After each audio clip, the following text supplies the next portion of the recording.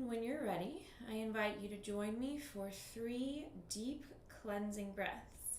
Take a deep inhale, fill up the belly first, followed by the ribs, then the chest. Pause, hold your breath. Open the mouth, exhale. Think of releasing all physical stress. Next time, take a deeper breath in. Expand more through the belly, more through the ribs, the chest. Pause, hold your breath. Open the mouth, exhale. Think of releasing all emotional stress. Third time, take an even deeper breath in. Expand through the belly, the ribs, the chest. Pause, hold your breath. Open the mouth, exhale. Think of releasing all mental stress, all distracting thoughts. And someone requested breath of fire, so before we begin Ujjayi breath, we're going to do some breath of fire. So if you remember, you can start with your left hand on your belly, if that feels easier to really feel your breath. So you're going to breathe in through the belly, the ribs, the chest, hold your breath. Then you're going to take short, quick exhales through the nose, snapping the navel in. So that the navel draws in on your exhale. The inhale is passive. And if you want to, maybe reach your arms up overhead. In the mudra for breath of fire, you draw all your fingers in except your thumb. So this is a great way to wake up the brain and energize the body. It's also a detoxification breath. So just try it. Big breath in, fill up the belly. Breathe out, short exhales through the nose.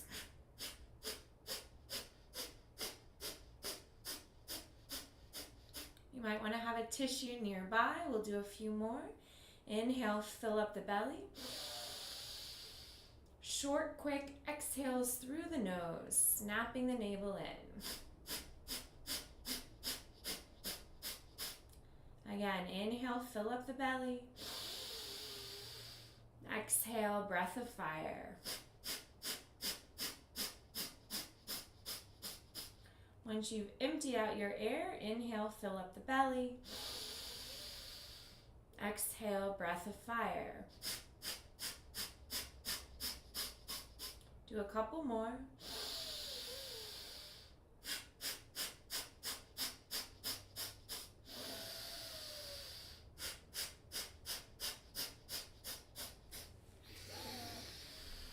And then when you're ready, relax your hands, and I invite you to join me for Ujjayi breath. So close the lips and constrict the throat. Deep inhale through the nose. Longer breath out through the nose. Deep inhale through the nose. Slower exhale through the nose.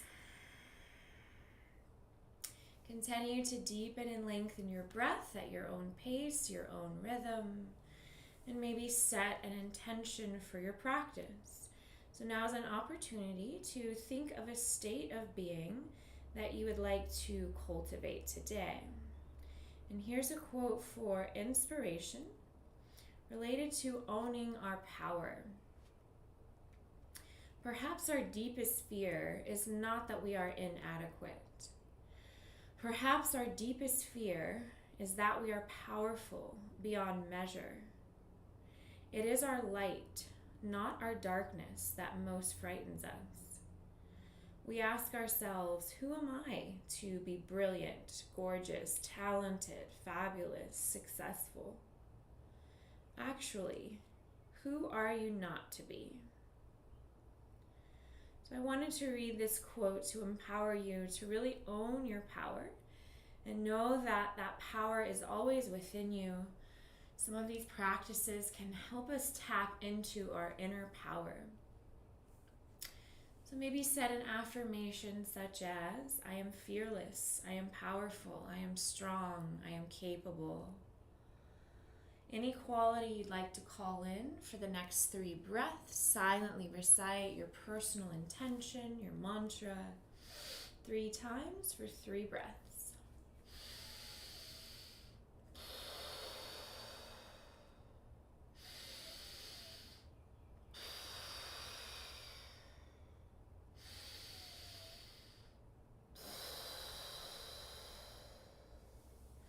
And after the 3rd breath, the 3rd mantra, when you're ready, roll over the shins and ankles, plant your palms, make your way to tabletop, shoulders over wrists, hips over knees, fingers spread wide. So since the theme today is power, we're going to do lion's breath.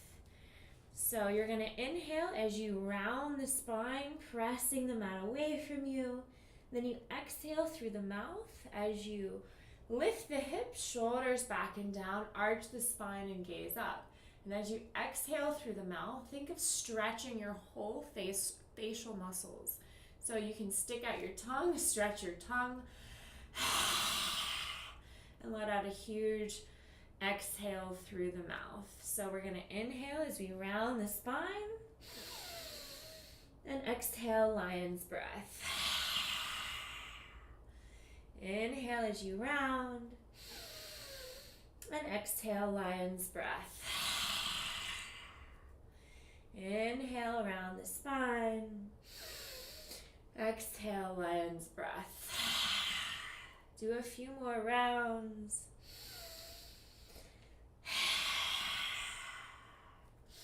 And as you open the mouth wide on your exhales, just think of waking up the face, releasing tension in the face, releasing tension in the whole body.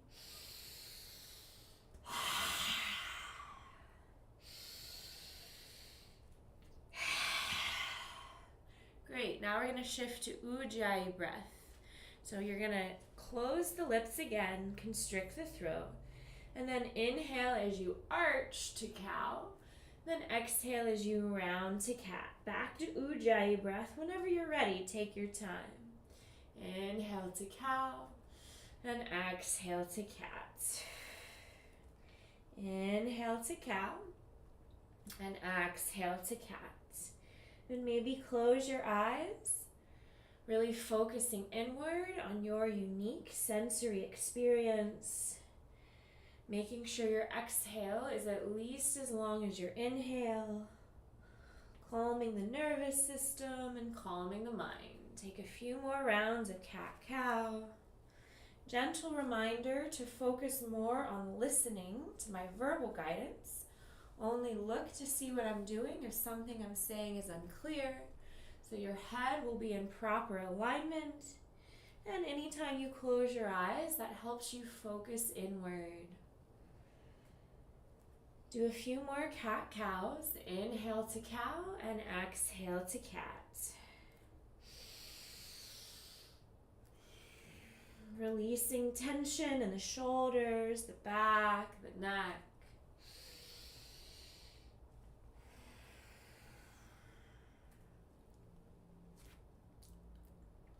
And then when you're ready, I invite you to bring your big toes together.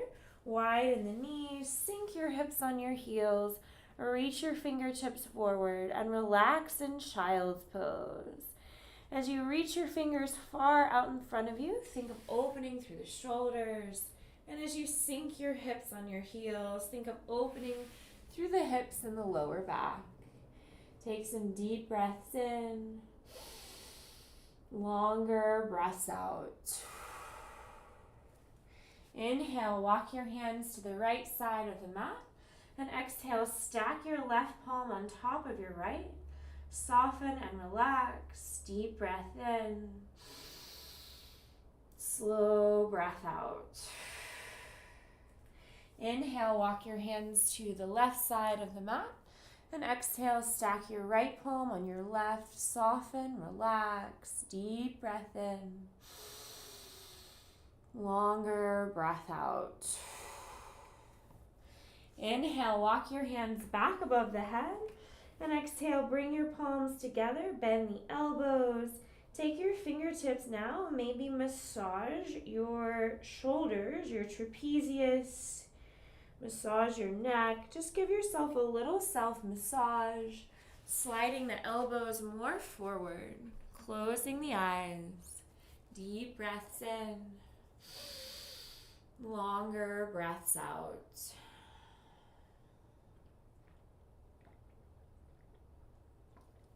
As you breathe into child's pose, maybe take a moment here and bring your awareness back to your personal mantra that you set for yourself. Maybe imagine yourself arriving at your affirmation. And as we proceed throughout practice, think of inhaling all the energy aligned with your affirmation, exhaling any energy that doesn't serve your highest good. Take a deep breath in and exhale. Press yourself up to tabletop. Shoulders over wrists, hips over knees, fingers spread wide. Inhale, lengthen the right leg back behind you. Press into the ball of the right foot and press your fingertips down and forward until you feel a nice stretch in the right calf and the hamstring. Deep breath in. Long breath out. Now inhale, float the right foot. Right toes face down, lift through the inner right thigh. Then exhale as you round the spine and draw your right knee to your nose, pushing the mat away. Couple more like that. Inhale, lengthen the right leg, flexing the right foot. Think of arching the spine a little like cow. Then exhale, rounding the spine, drawing the right knee to the nose, tightening the core. Again, inhale, right leg back, arch the spine, gaze up. Then exhale, navel to spine, round the spine, knee to nose. So you can continue moving and breathing like this, or if you want to take your practice up a notch, tuck the toes, float the knees an inch off the mat, and do the same exercise with the knees floating an inch above the mat. So inhale, right leg back. Exhale, right knee to nose. Inhale, right leg back. Exhale, knee to nose. Inhale, right leg back. Exhale, knee to nose. Inhale, right leg back. Exhale, knee to nose. This time, inhale, right leg back. And exhale, lower the right foot down. Lower the knees. We're going to thread the needle. Inhale, right arm reaches high to the ceiling. And exhale, thread the right arm underneath the left shoulder. Relaxing the right shoulder and the right ear on the mat. Maybe walk your left fingers forward. Maybe bring the back of the left hand to the low back and walk your left fingers toward the inner right thigh. Opening up the front of the left shoulder and the back of the right. Deep breath in. Slow breath out. Deep breath in. Long breath out. Deep inhale. And exhale, gently unwind. Inhale as you press the left palm into the mat, reaching the right arm high. And exhale, lower the right hand underneath the shoulder. Other side, inhale, left leg back. So really imagine you're pressing your left foot into a wall, lifting through the inner left thigh to square the hips. On your exhale, use your core, navel to spine, left knee to nose, pressing the mat away from you so you're opening the back of the shoulders. Again, inhale, left leg back, arching the spine like cow. And exhale, left knee to nose, rounding the spine like cat, pressing the mat away. Inhale, left leg back.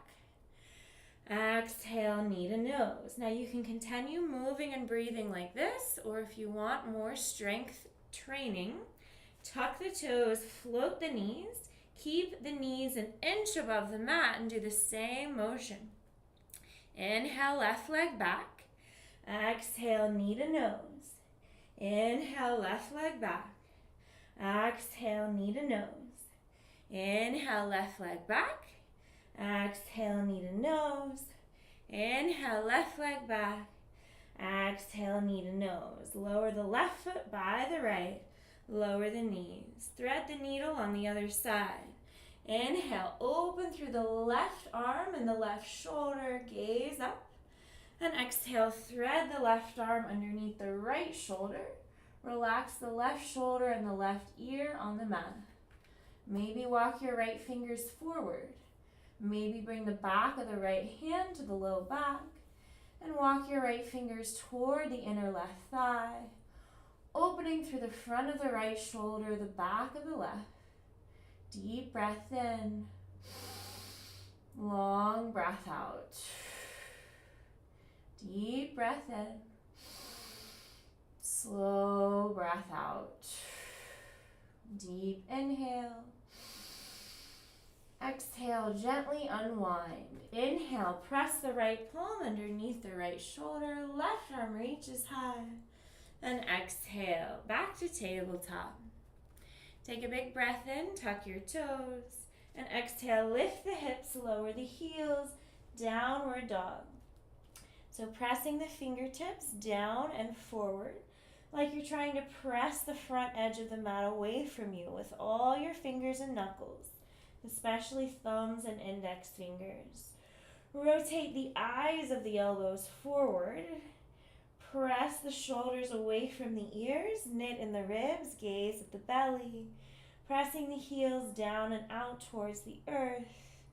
And then if it feels good, pedal out the feet. Bending one knee and then the other. Maybe sway your hips, rock your head. Explore any subtle movements that feel good to you in this downward dog shape. And enjoy your breath. When you're ready, find stillness in your downward dog. Take a deep breath in, lift the heels, then exhale, slowly lower the knees an inch above the mat. See if you can keep the knees an inch above the mat. Inhale, straighten the right leg back. Exhale, right knee to nose. Inhale, straighten the right leg back, straighten the left leg, three-legged dog. Then exhale, lower the left knee to hover an inch above the mat as you draw your right knee to your nose. So we're going to flow between these shapes. So try to keep the left knee hovering an inch above the mat. Inhale, right leg back, three-legged dog, straighten both legs. Exhale, bend both legs. Left knee an inch above the mat, right knee to nose, rounding the spine. We'll practice a couple more. Inhale, right leg back, three-legged dog. Exhale, right knee to nose, lower the left knee to hover. Inhale, right leg back, three-legged dog. Exhale, right knee to nose, lower the left knee to hover. Inhale, right leg back, three-legged dog. Exhale, right knee to nose, lower the left knee to hover. Inhale, right leg back, three-legged dog. Exhale, lower the right knee to the nose, lower the left knee to hover. Now take a deep breath in. Exhale, tap the left knee down. Inhale, left knee lifts. Exhale, tap it down. Inhale, left knee lifts. Exhale, tap it down. Inhale, left knee lifts. Exhale, tap it down. Inhale, right leg back. Exhale, cross the right knee behind the left knee. Widen the feet. Walk your hands back, roll over your shins and ankles, and make your way to a variation of a hip stretch. So option one is just to stagger your shins, staggering your left shin in front of the right. Option two is to stack your left shin on top of the right. And option three, left knee on top of right knee. Flexing the feet, opening the hips. Big breath in, swoop the hands out and up. Exhale, grab the left wrist, draw the left wrist to the right, side body stretch. Inhale, back to center. Exhale, grab the right wrist, draw the right wrist to the left, side body stretch. Inhale, back to center, and exhale, twist to the right. See if you can interlace just your thumbs, spreading the fingers wide. Inhale as you lift up taller. Exhale, twist deeper. Inhale back to center.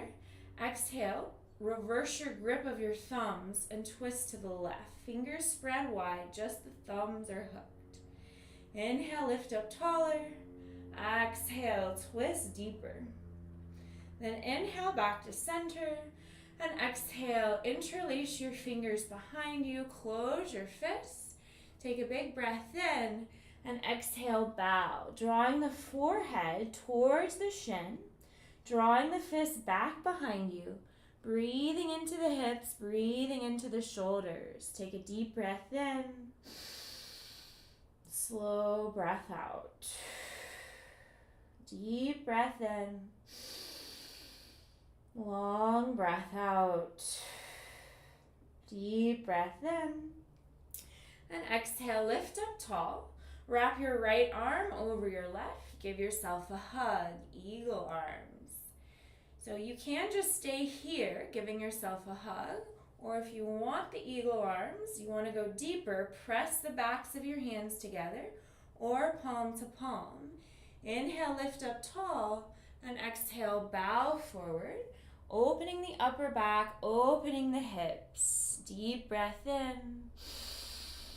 Slow breath out. Deep breath in. Long breath out. Deep inhale. And exhale, slowly rise. Swoop the arms up. Take a big breath in. And exhale, plant your palms. Roll over the shins. Uncross the knees. So now we're going to practice that same sequence on the opposite side. First, take a deep inhale, tuck the toes. And exhale, lift the hips, lower the heels, downward dog. Just take a few breaths in downward dog. Maybe pedal the feet, maybe sway the hips, maybe rock your head. Explore any movements that feel good to you. And when you're ready, take a deep inhale, lift the heels. Exhale as you slowly lower the knees an inch above the mat. Hovering tabletop. Now see if you can keep the knees hover. Inhale, straighten the left leg back. Then exhale, left knee to nose, rounding the spine.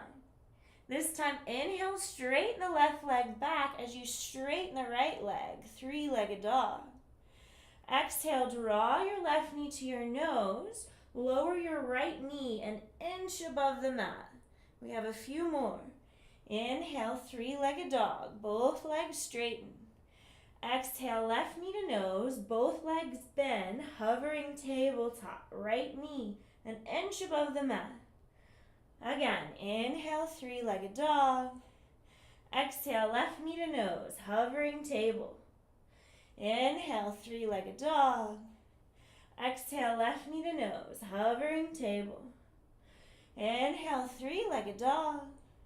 Exhale, left knee to nose, hovering table. Now hold here. Inhale, tap the right knee down. Exhale, lift the right knee up. Inhale, tap it down. Exhale, lift it up. Inhale, tap it down. Exhale, lift it up. Inhale, tap it down. Exhale, lift it up. Inhale, tap the right knee down. Straighten the left leg back behind you. And exhale, cross your left knee behind the right. Widen the feet. Walk your hands back. Roll over the shins and ankles. Make your way to your variation of a hip stretch. So option 1 is just to stagger right shin in front of left. Option 2, stack right shin on top of left. And option 3, right knee on top of left knee.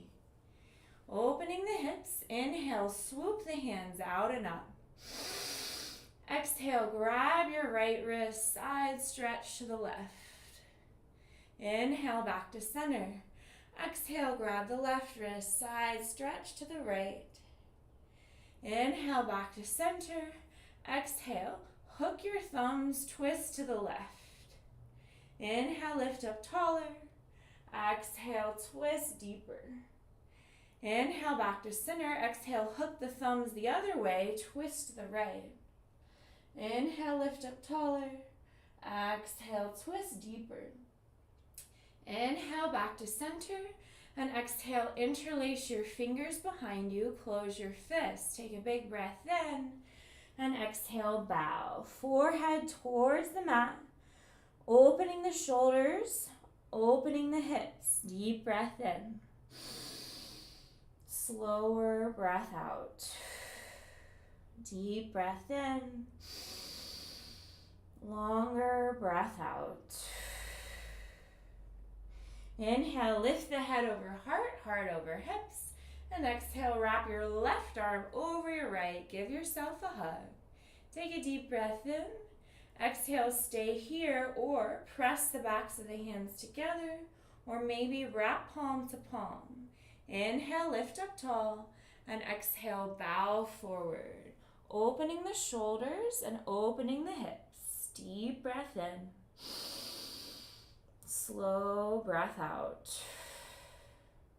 Deep breath in. Long breath out. Inhale, lift the head over heart, heart over hips. Reach the hands high. And exhale, plant the palms, roll over your shins, uncross the legs, tabletop. Inhale, tuck the toes. And exhale, lift the hips, lower the heels, downward dog. Inhale, lift the heels, undulate forward vertebrae by vertebrae to plank. Hips line with shoulders, shoulders over wrists. Lengthening through the crown of the head, lengthening through the heels. Take a deep inhale. Exhale, use the core. Lift the hips, lower the heels, down dog. Couple more like that. Inhale, round the spine, vertebrae by vertebrae to plank. Exhale, use the core. Lift the hips, lower the heels, down dog. Again, inhale, round the spine, rotate to plank. And exhale, lift the hips, lower the heels, downward dog. Inhale, look between your thumbs, and exhale, tiptoe your feet towards your hands until you arrive at a forward fold. Keeping a soft micro bend of the knees, feet should be straight, 2 fists apart. Inhale, fingers to shins, halfway lift, lengthen the spine. Exhale, fold. 2 more. Inhale, halfway lift, flatten the back. Exhale, fold. Again, inhale, halfway lift. Exhale, fold. Now grab the inner arches of your elbows around your shins. So try to connect your chest to your thighs. Relax your head, shake your head yes and no. Take a deep inhale. Exhale, maybe see if you can lift the hips a little higher. And as you breathe into this full body stretch, notice any thoughts in your mind. If your mind is trying to cling to any worries of the past or future, see if you can let those thoughts go for now and allow your breath to ground you to the present moment. Allow your breath to anchor you to your personal intention. Take a deep inhale. Exhale, softly bend the knees as you curl up the spine, vertebrae by vertebrae, slowly stacking your heart over your hips and your head over your heart, making your way to mountain pose. So make sure the feet are just 2 fists apart, and make sure your feet are straight, making an 11. Toes spread wide. Feel your weight distribute evenly on all 4 corners of the feet. Practice rooting through the heels, lifting the kneecaps, slightly tucking in the tailbone. Practice scooping the lower belly in and up on your exhales, activating the core. Shoulders back and down, reach down through the fingertips, draw the chin in, lift through the crown of the head. Take a moment. Feel all your muscles come alive. Feel this alignment and breathe.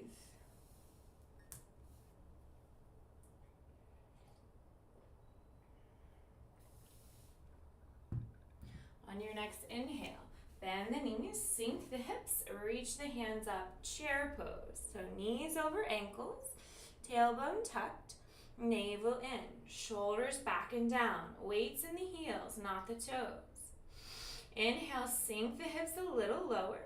And exhale, reach your right arm back and your left arm forward, twist, but keep the knees parallel. We'll do a few more.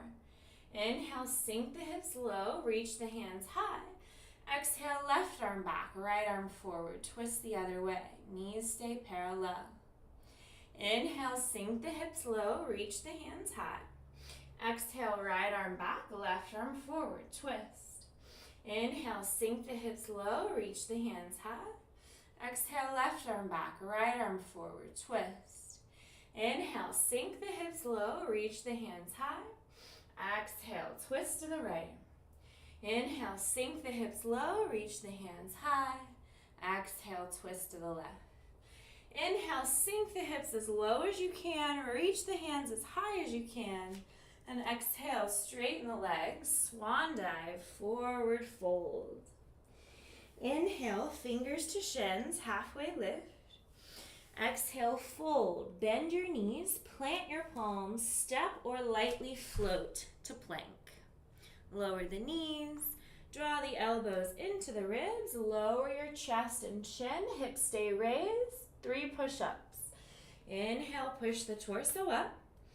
Exhale, elbows to ribs, lower chest and chin. Inhale, push up. Exhale, lower chest and chin. 1 more. Inhale, push up. Exhale, lower chest and chin. Inhale, untuck the toes, sink the hips, pull your chest forward and up, cobra.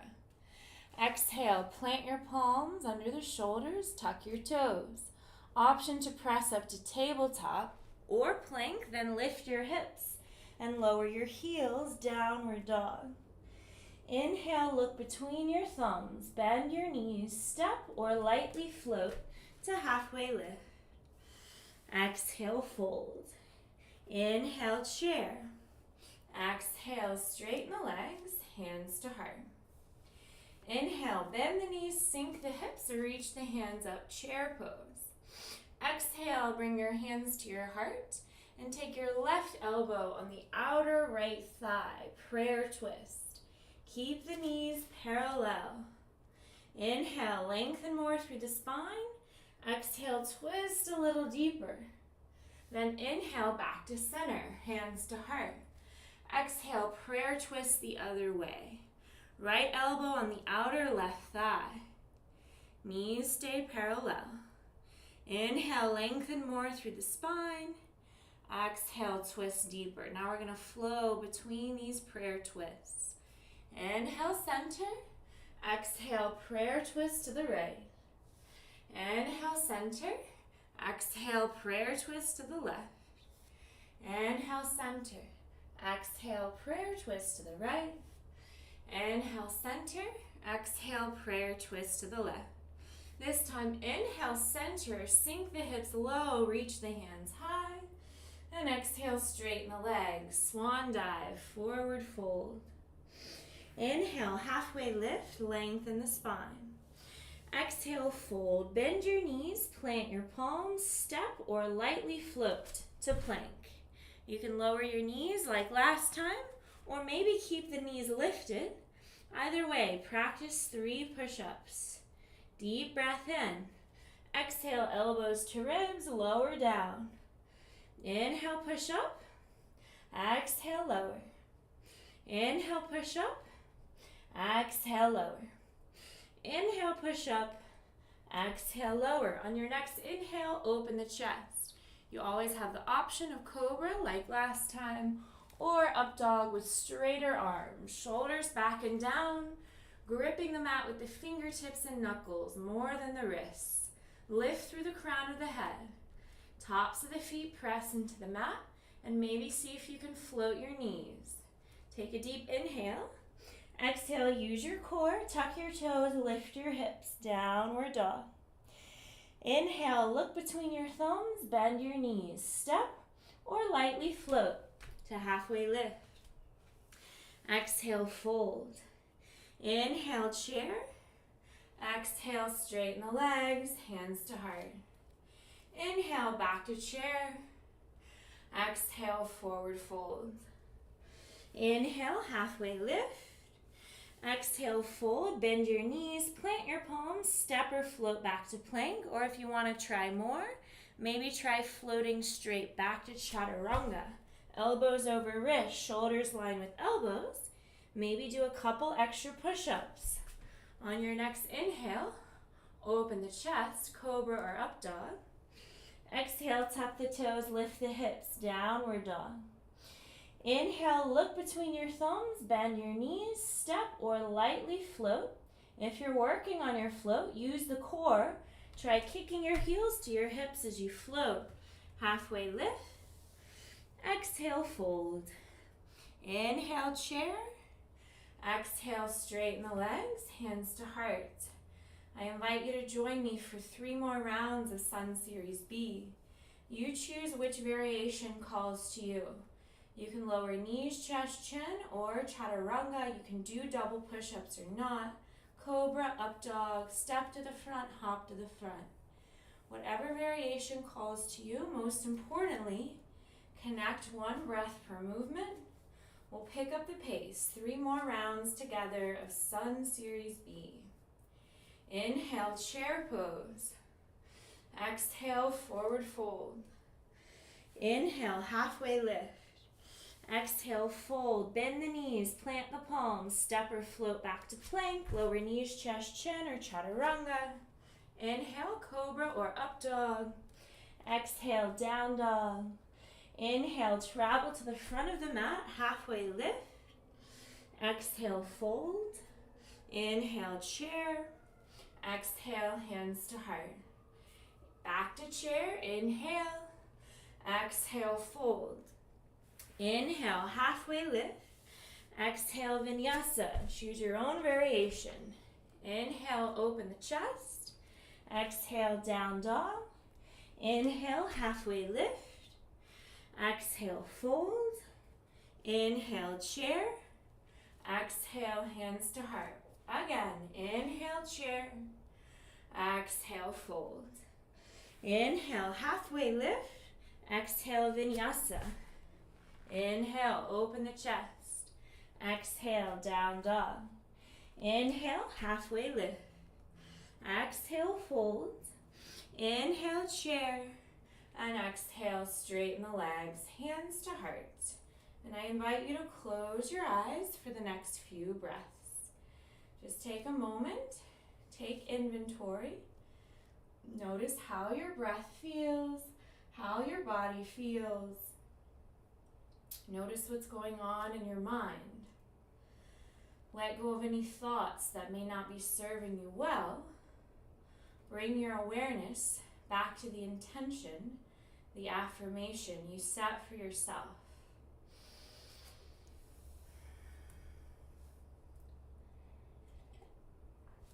When you're ready, inhale back to chair pose and exhale forward fold. Inhale, halfway lift. Exhale, go through a vinyasa, or you can always just step to down dog. Inhale, open the chest. Exhale, down dog. Inhale, float the right leg high to the ceiling, 3-legged dog. Exhale, draw your right knee to your nose, step your right foot between your hands. And inhale, rise. Crescent lunge. Right knee over ankle, left heel over the ball of the left foot. Tailbone tucked, navel in, shoulders back and down. Now take a deep breath in, lean forward, hover your chest over your thigh. Exhale, shift your weight to your right foot, float your left leg back behind you. Warrior 3. Left toes face down. Lift through the inner left thigh to square the hips. Focus the eyes. Now we're going to do what's called running man here. So you're just going to inhale as you draw your left knee to your chest and draw the left knee to the left elbow. Then exhale, straighten the left leg as you draw your right elbow in. So inhale, Left knee, left elbow, straighten the right arm. Exhale, kick the left leg back. Bend the right arm, straighten the left. It's kind of like you're running in warrior three. Practice a few more. Inhale, tap the knee to the elbow. Exhale, back. Inhale, knee to elbow. Exhale, back. Inhale, knee to elbow. Exhale, back. Inhale, knee to elbow. Exhale, back. Now take a deep breath in. Exhale, release your hands in front of your right foot. Straighten your left leg as much as you can, standing split. Lifting the left foot high to the ceiling. Try to keep the hips square. Now take a deep breath in. Exhale, Shiva squat. Bend the left knee behind the right. See if you can bring your hands towards your chest here. Then inhale, straighten the left leg back. Warrior three. Exhale, Shiva squat. Inhale, warrior three. Exhale, Shiva squat. Inhale, warrior three. Exhale, Shiva squat. This time, inhale, warrior three. Exhale, lower the fingertips in front of your right foot. Take a big breath in. Exhale, bend the right knee. Slowly lower the left foot down, pressing the tops of the toes into the mat. Fingers frame your right foot. Inhale, lunge a little deeper. Exhale, shift the hips back. Straighten the right leg and bow. Inhale, lunge deeply. Exhale, shift the hips back. Straighten the right leg and bow. Again, inhale, lunge forward. Exhale, shift the hips back. Straighten the right leg and bow. Now this time, inhale, lunge forward.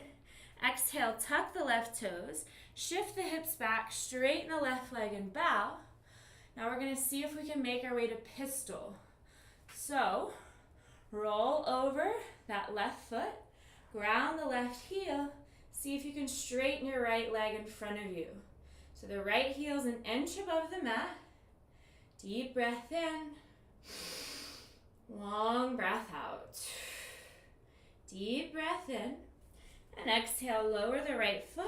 Ground through the left heel. Then straighten the back leg. Straighten the right leg. Right arm reaches high. Pyramid pose. So we're in a twisted pyramid. Take a deep breath in. Long breath out. Deep breath in. Exhale, bend both knees. Lower the left knee down. Inhale, straighten the legs. Exhale, bend. Inhale, straighten.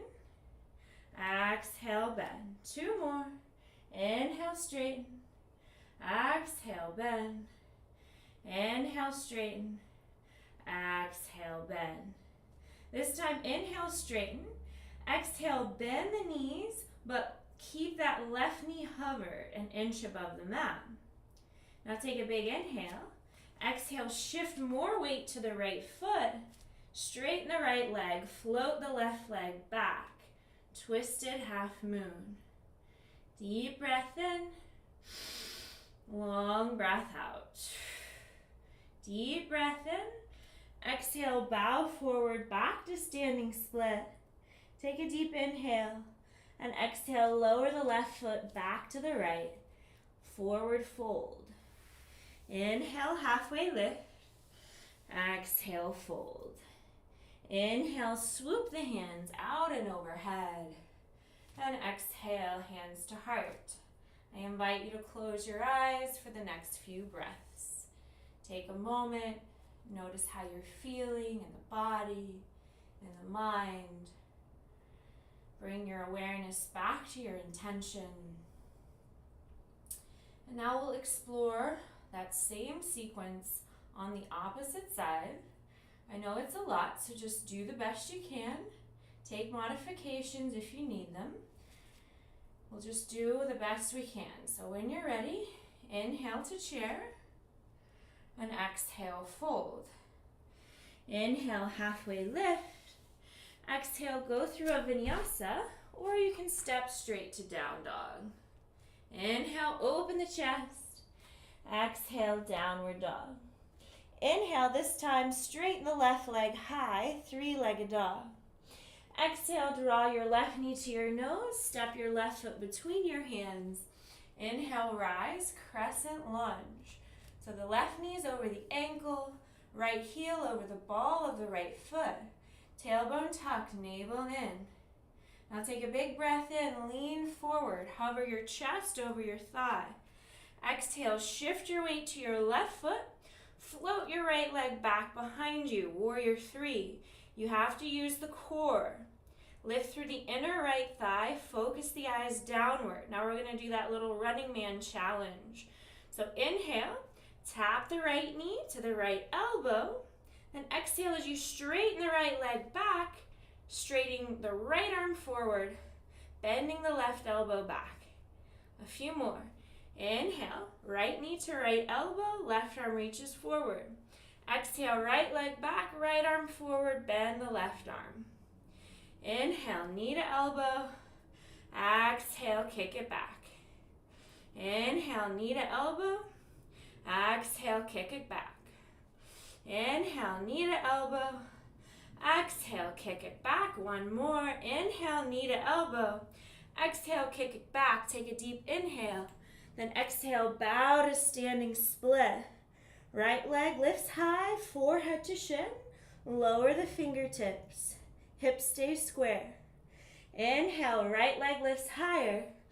Exhale, Shiva squat. Bend the right knee behind your left. See if you can bring your hands to your heart. Then inhale, straighten the right leg, left leg. Warrior three. Exhale, Shiva squat. Two more. Inhale, warrior three. Exhale, Shiva squat. Inhale, warrior three. Exhale, Shiva squat. Inhale, warrior three. Exhale, back to standing split. Then bend the left knee. Slowly lower the right toes down to a runner's lunge. Lower the right knee when you're ready. Fingers frame your left foot, left knee over ankle. All we're going to do here is inhale, deepen the lunge. Exhale, shift the hips back, straighten the left leg and bow. Again, inhale, lunge deeply. Exhale, shift the hips back and bow. Inhale, lunge even deeper. Exhale, shift the hips back and bow. This time, inhale, lunge forward. Exhale, tuck the back toes, straighten both legs. Find pyramid pose. Reaching the left arm high. Pyramid twist. Deep breath in. Long breath out. Deep breath in. Then exhale, bend the knees, tap the right knee down. Inhale, straighten the legs. Exhale, bend. Inhale, straighten. Exhale, bend. Inhale, straighten. Exhale, bend. Now take a deep breath in. Exhale, straighten the left leg. Lower the right hip on the right heel. See if you can find Shiva's pistol squat. So ground through the right heel and float the left leg up. Pistol squat. Using the core. Deep breath in.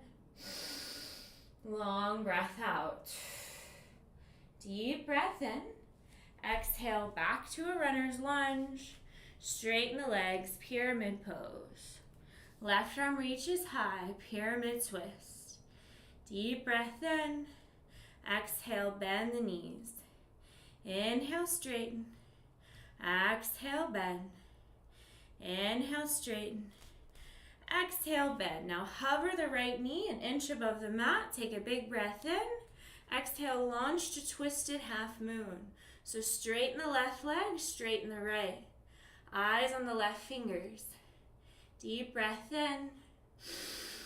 Long breath out. Deep breath in. Exhale, lower the right foot by the left. Find a forward fold. Inhale, halfway lift. Exhale, fold. Inhale, root to rise. Swoop your hands out and overhead. Exhale, hands to heart. Take a moment, close the eyes, and just notice how you're feeling, outward and inward. Bring your awareness back to your intention and regulate your breath.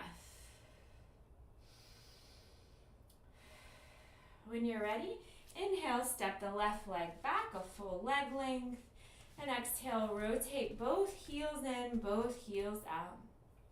Inhale, swoop the hands out and up, and exhale, bend the knees, sink the hips, goddess pose. Then take the fingertips towards the inner thighs, drawing the knees back towards the pinky toes. We're just going to do some twists. Inhale, draw the right shoulder in, gaze over the left shoulder. And then exhale, back to center. Inhale, draw the left shoulder in, gaze over the right shoulder. Exhale, back to center. Do a few more rounds, moving with your breath, just wringing out the spine, releasing any toxins or impurities. Moving to the rhythm of your breath. Should feel good. Opening through the shoulders, twisting with the breath.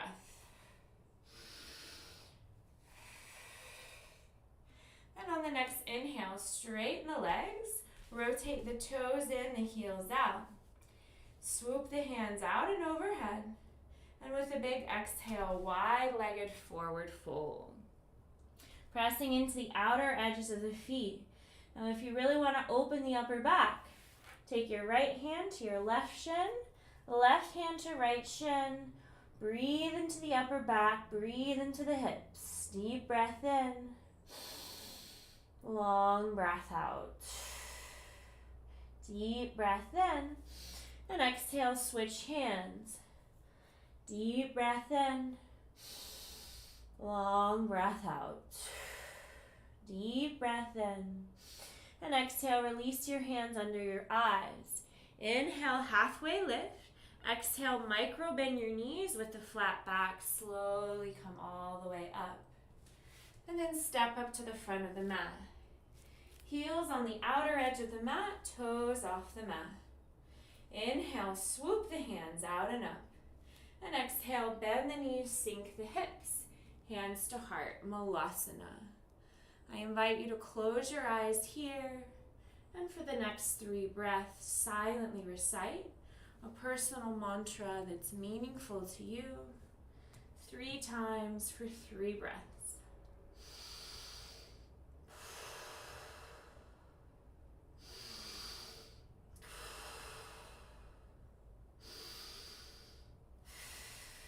When you're ready, bring your hands behind your hips, lower the hips on the mat, knees to chest.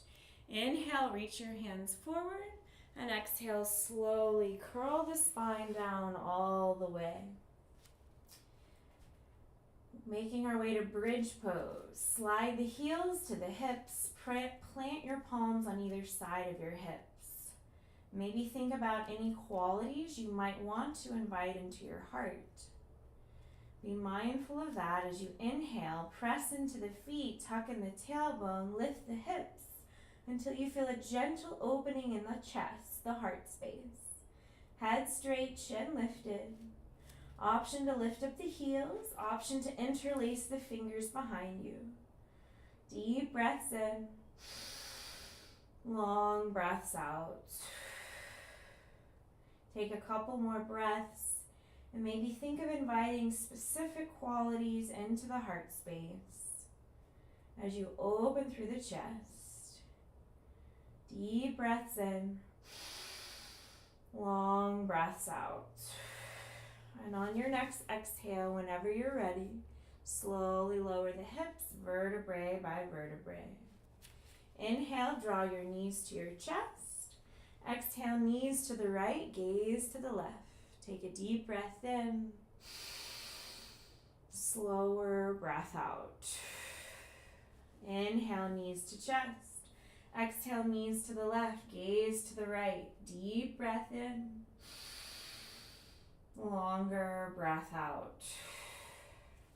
Inhale, knees to chest, and exhale, happy baby. Grab the outer edges of the feet, stretch the legs, stretch the hips. And maybe play with straightening one leg, straightening the other, or both. Then take the next few breaths to tune into your body and any stretches, any movements that your body is telling you it needs. Honor that for the next few breaths.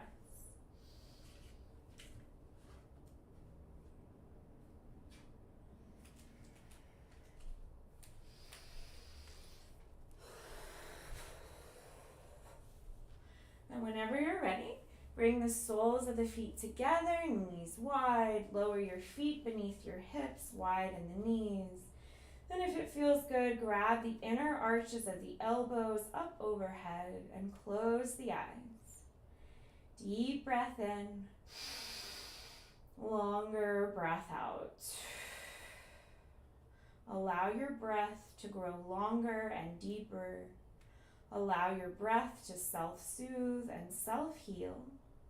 Send yourself gratitude for your practice, for showing up, working hard, maybe trying something new, maybe pushing yourself out of your comfort zone, prioritizing self-care and growth for your sake and for others.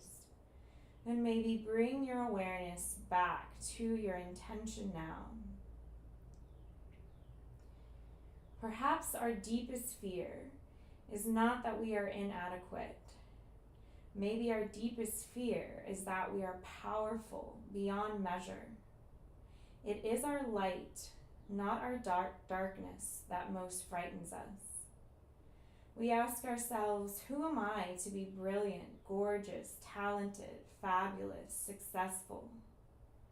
Actually, who are you not to be?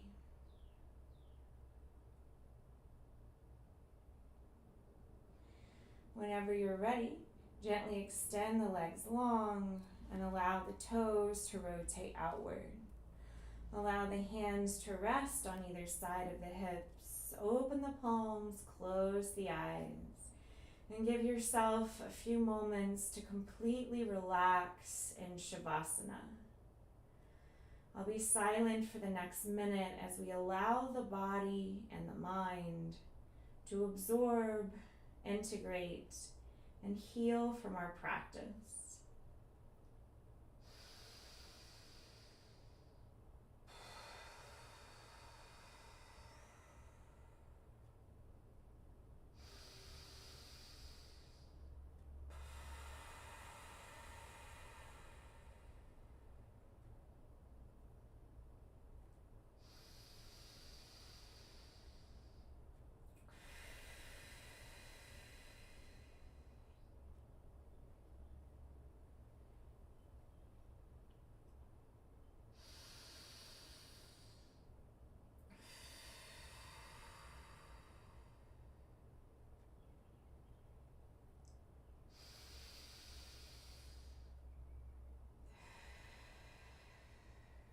Gently bring your awareness back to your breath, back to your body whenever you're ready.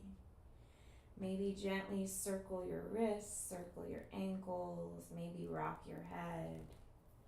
If it feels good, on an inhale, do a full body stretch. And as you exhale, gently roll to one side of your body, keeping your eyes closed and your awareness inward. Take your time as you gently press yourself up to a comfortable seated position. Taking a moment to notice the quality of your breath now. Notice if your breath feels any different from when we started. Notice if your body feels different. Observe any subtle shifts in your mood, your mind, your energy.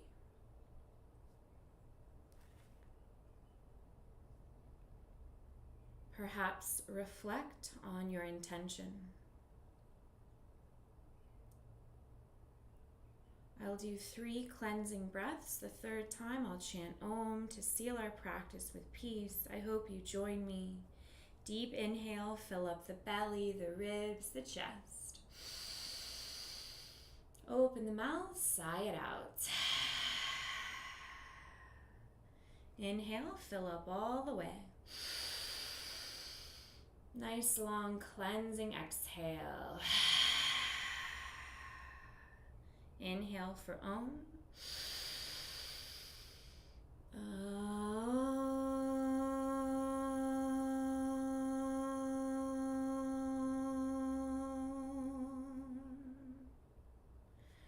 Bring your hands to your heart, and if you'd like to join me for one final moment of gratitude, think of one thing in your life you're feeling grateful for today.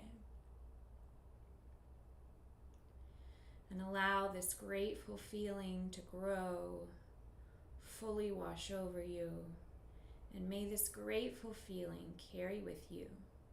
The light in me honors the light in each of you. Namaste. Thank you so much for sharing your practice, your hard work, your determination, and your sweat and persistence with me. I know you did a lot of balance, challenging, and core. So if you have any additional questions, comments, or concerns, please feel free to type a message, let me know. And I hope to see you all again Thursday. So let me know if you have any questions. Just type a message.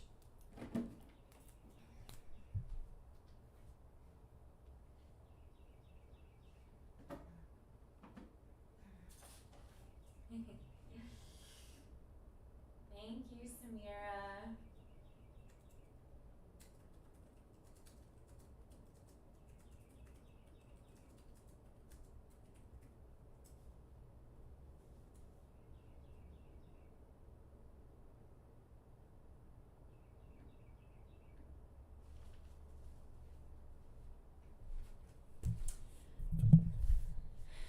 All right, everyone. Anybody who is watching and following along, I have time today to hang out and chat and answer any additional questions, or if you want any additional support. During that first hour, I tend to get in the zone, so it's a nice long hour, full hour class without breaks. And then after that, I typically come and chat more with you guys and offer any additional support. So if you're new to my channel, I'm offering yoga every Tuesday and Thursday, followed by just chatting. So if you have any questions, concerns about the practice I just shared, if you want any additional support, just let me know. I'm here, and I have a while to chat. So any questions about the quote I read, the moves we did, if you want any further guidance or further instruction.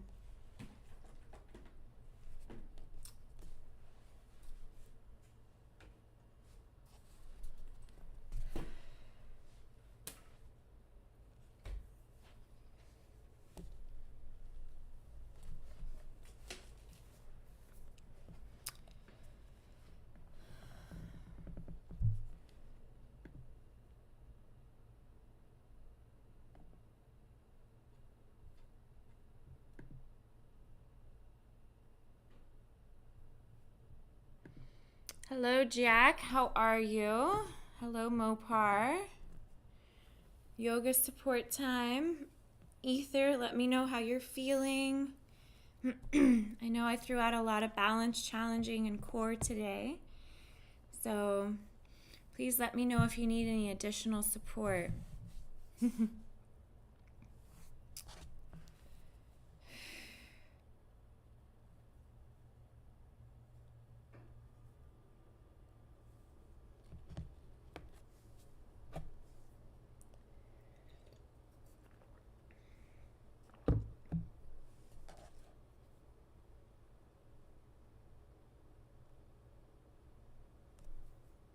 Ether says, what a wonderful vinyasa, Kim.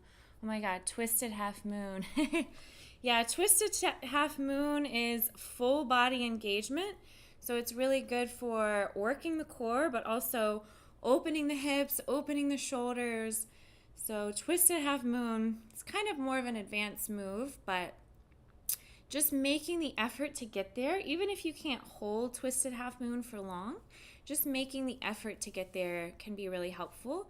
And if twisted half moon just isn't working for you, you can always just stay in twisted pyramid. But I'm glad that you appreciated that pose. I think we tried that last time too when I was at my hotel last week. I offered twisted half moon as an option to play with. My favorite way of getting there is from twisted pyramid, right? Because in twisted pyramid, the feet are grounded, and then you just kind of launch to twisted half moon. But there's other ways of getting there too. You can just start like this and kind of glide into it this way. So there's different ways of getting into it. But I like to launch from twisted pyramid just because it forces you to really engage your core. And remember, in twisted half moon or in any balance moves, it's really helpful to focus your eyes on something still and really use your breath. Pistol is very hard. Pistol is very intense. It's very good for strengthening the core, but yes, it takes time to get to pistol. And remember, even if you can't hold pistol for long, just making the effort is doing wonders for your body. So any of these poses, if you can't quite get there, keep in mind that making the effort to get there is just as valuable. Twisted pyramid felt nice. Good. Twisted pyramid is a little less intense than twisted half moon, but both those poses are good for opening tight hips, opening tight shoulders, and detoxifying. Anytime you're twisting, it helps with detoxification. Thank you for following me, Charity Gulp. Thank you for following me, Jason. Jack, are you still there? How are you today? Jack Wong. Oh, thanks for saying namaste, Swiss R. Namaste to you too.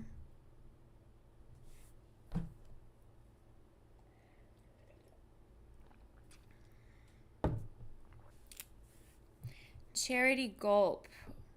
I see you followed me. Thank you for following. What brought you to my channel? What muscles does hovering tabletop use? I can't do it with both knees off the ground. So hovering tabletop strengthens the whole body, especially the core, but hovering tabletop is full body engagement. So if you can't get both knees off the ground, that's fine. Just think of pressing your palms, all your fingertips and knuckles into the mat, making the effort to get both knees. So whether they lift up the ground or not, just making the effort, actively pressing your hands, engaging the core, hugging the navel to the spine will help you grow stronger and stronger. And throughout consistent practice, you'll eventually be able to get off the ground. So even if if you're just hovering one knee off the ground, you want to make sure you're doing a balance of both. So instead of just hovering one knee, I would recommend just making the effort to lift both up. And if you can't lift both up, just making the effort can do wonders over time. But it really builds strength in the whole body. And again, you want to make sure your fingertips are spread wide, gripping the mat with the fingers and knuckles to help take a little pressure off the wrists. And you want to make sure you're fully engaging your core, so hugging the navel into the spine. I really like the goddess pose twists with the hands on the knees. Yeah, I do that stretch sometimes. Yeah, I love that too because it's a great way to get in some twists, but you're opening the hips and the shoulders. So some people like to inhale. I sometimes feel better once I'm in goddess pose if I inhale to the center And then exhale as I twist, because that when you exhale, you're releasing toxins. But what this does when you're actively kind of pressing your hands into the thighs, you're help releasing tension in the hips. So you're opening the hips and the shoulders, and getting that nice detoxifying kind of twist. So I'm glad you appreciated that. Hello, Draft Boy. Hi, Draft Boy from Mexico. How are you?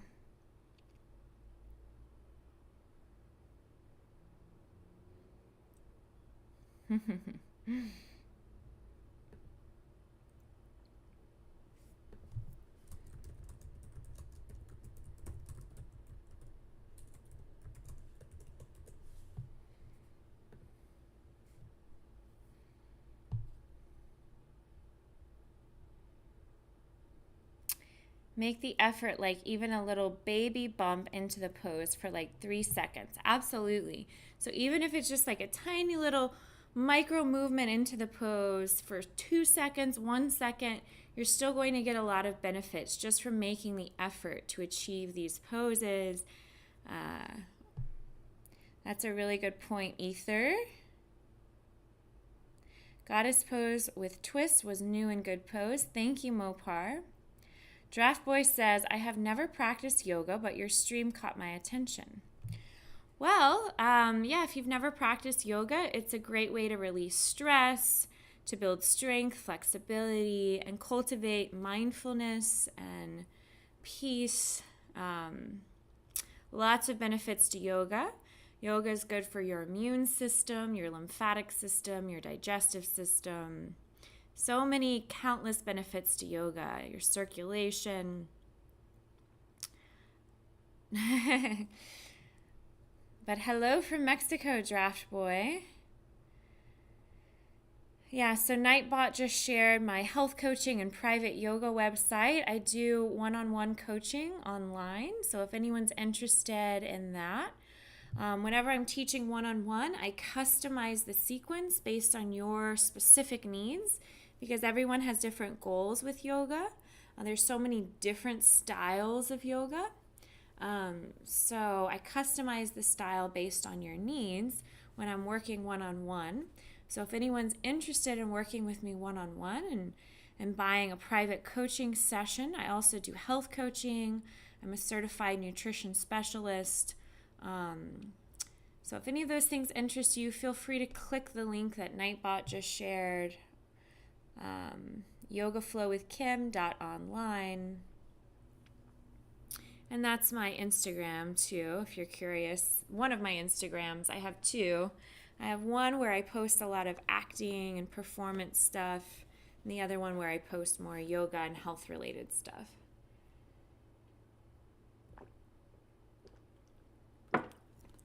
But thank you so much for sharing your feedback, Ether and Mopar.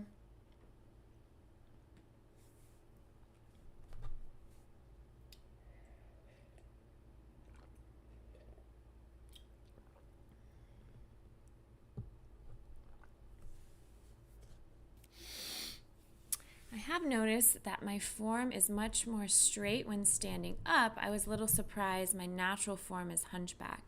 A lot of people are naturally hunched over in life. You're not alone there, because so many of us are conditioned to hunch over while we're driving, at a desk, a computer, on our phone. So you're not alone there. It would be fine. I'm going through a difficult moment. I was trying to do the exercise again. Oh, I'm sorry you're going through a difficult moment. Feel free to elaborate and let me know if there's anything I can do to support.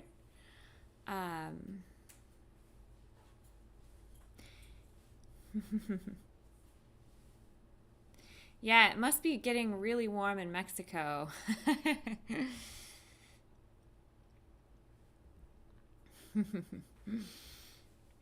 It's pretty warm here in Atlanta, Georgia, too. Yeah, feel free to elaborate more about what you're having difficulty with, and maybe I can offer some support. Hi, Dante. It's just modern life that makes you a hunchback. Yeah, that's true. Modern life, especially people who have desk jobs, we're constantly hunched over. But the more you consciously, just in mountain pose, that's why I always go over.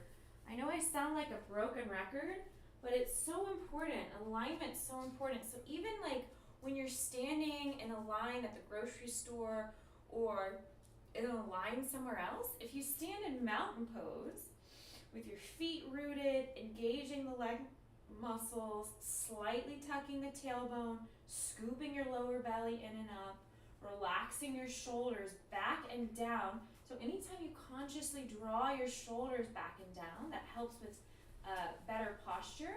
And then another key point, which a lot of people forget, draw your chin inward. So kind of like you're trying to press the back of your head, lifting through the crown of your head, drawing the chin in, lifting through the crown. That helps lengthen and strengthen the back of the neck. So if you really want to correct posture, anytime you're waiting somewhere, wait in mountain pose. Find mountain pose and wait in that pose and just take those conscious, mindful breaths. It'll also make you feel a little more calm and patient if you can focus on your breath when you're waiting in line. So Nightbot just shared my donation link. So anybody following along, if you want to support my work, you can click on that donation link, and any donation is appreciated. Even just $1, every little bit helps. So feel free to click on that if you feel inclined. I like all your little emojis. Nightbot also just shared my YouTube channel where I have a lot of recorded videos. Some of the content's really, really good quality on there. And I have full body vinyasa flows similar to what we did today. I also have step-by-step beginner sequences for more beginner basics and meditations, some recipes. So if you want to click that link, it doesn't cost you anything to subscribe and stay up to date on my content that I post there, all my free content. Oh, thank you for following, Draft Boy.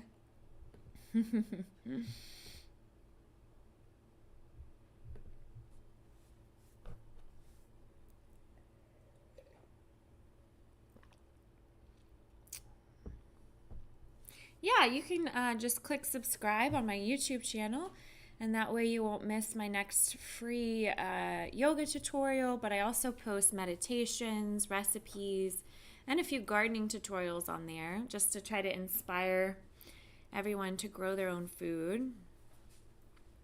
How did filming go on the movie sets? Can you tell us without getting into any trouble? Sure, I can tell you.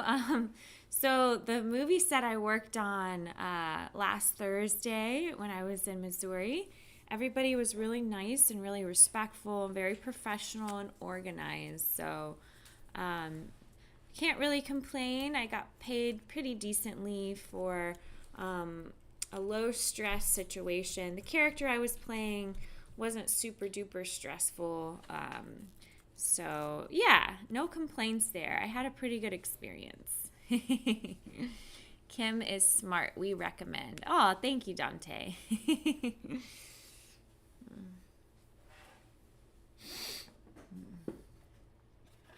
So everybody who followed along with my yoga sequence today, please hydrate, hydrate, hydrate. That's so important. Drink as much water as you can. Make sure it's clean, purified water, filtered. You don't want to drink anything with fluoride. So you can go to your local farmer's market, Whole Foods, or get one of those alkalizer water filters. But hydrate, hydrate, hydrate.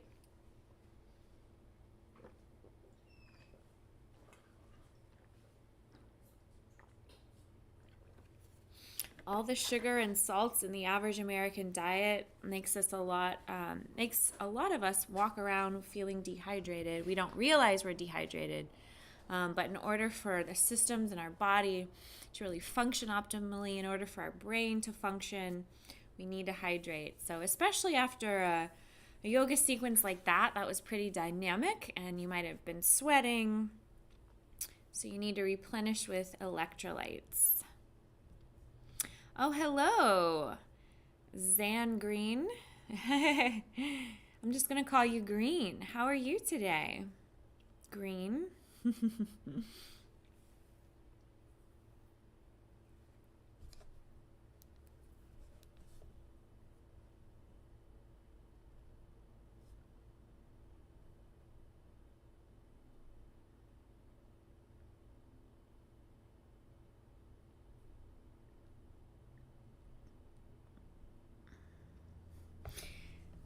So that looks like pizza.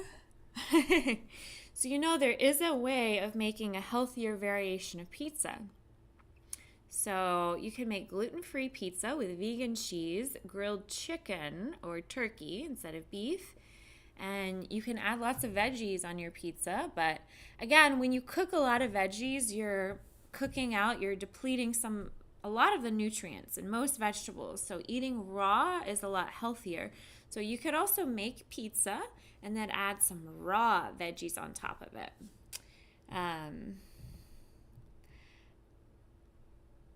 I have green tea with lemon. I took some magnesium. I had a little cramp on my thigh muscle during yoga. Oh, magnesium is so good. So if you have any cramps or anything, make sure you have enough sodium, potassium, and magnesium.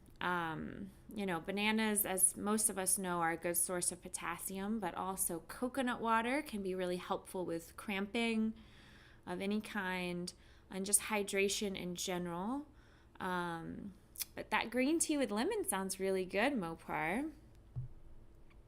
So why are you posting that picture of pizza, Green? Zan Green? Are you eating pizza? Love the plants and view. Sounds delicious. Oh, thank you. Yeah, this is actually a garden room. And I just got some new plants that are designed to purify the air. So since I breathe so deeply and practice yoga in here, I got some new plants that are designed to detoxify the air. So I'm glad you like my setting. I wanted it to be nice and calm. Whenever we look at nature has a calming effect on the mind.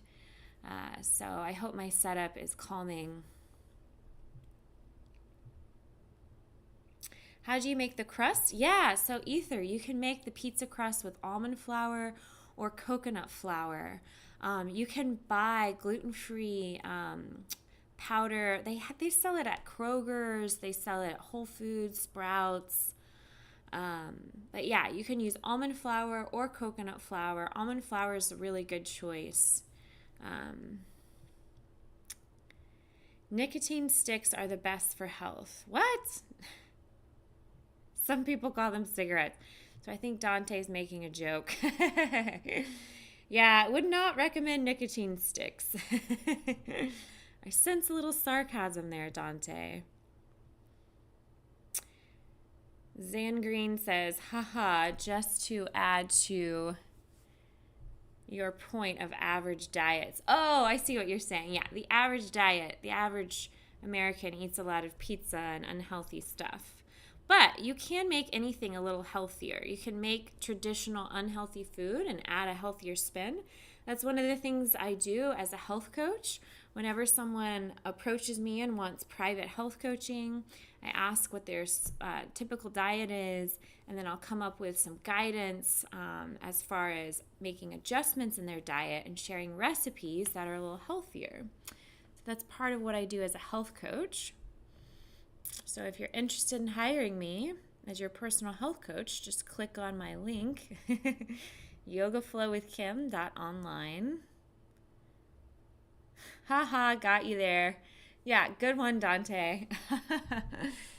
I made rice and curry with chicken. Added some turmeric curry, black pepper, basil, carrots, and peas. Oh, wow, that sounds really yummy and really healthy, Mopar. I like the idea of pizza. I'm going to try it. Well, if you try a healthier version, let me know how that goes. I'd love to hear how that works for you. Oh, how do you make healthy cheesecake? So I don't know if there's a way of making healthy cheesecake, but I think there's a way of making it less unhealthy. So everything in moderation, right? So if you really love cheesecake, I could come up with a recipe to make it just a little less unhealthy, but I don't know if there's a way of making it actually like super healthy. But you can make it a little, there's lesser evils out there. But yeah, everything in moderation. So if you eat cheesecake on occasion, that's okay. You just don't want to eat it every day. I haven't eaten that for years. I know, Jack. So ironic that you say that. I think when I was a kid, my parents used to feed me these things. They were called baby cakes. They were like little baby cheesecakes. And so I think growing up, a lot of our memory is tied to sense. And so sense and taste and our sensory experience. So like something about cheesecake has always really felt good to me. And I think it's nostalgic. But I haven't had it in years. But maybe I will, maybe that'll be my next recipe I share on my channel, how to make a healthier version of cheesecake, or a cheesecake that is a little bit better for you. Can't really say it's healthy, but less harmful. I know. If there was a way to make cheesecake super healthy, that would be like utopia. There's a way to do it. So I don't eat cow's milk cheese. Occasionally I'll eat almond milk cheese, or occasionally goat milk cheese, but never cow's milk cheese. That can cause inflammation because of the way it's processed. Yeah, one of these days I might do a whole stream that's just for cooking. If there's enough requests for it, if you guys request, if you convince me to do it, I can do it.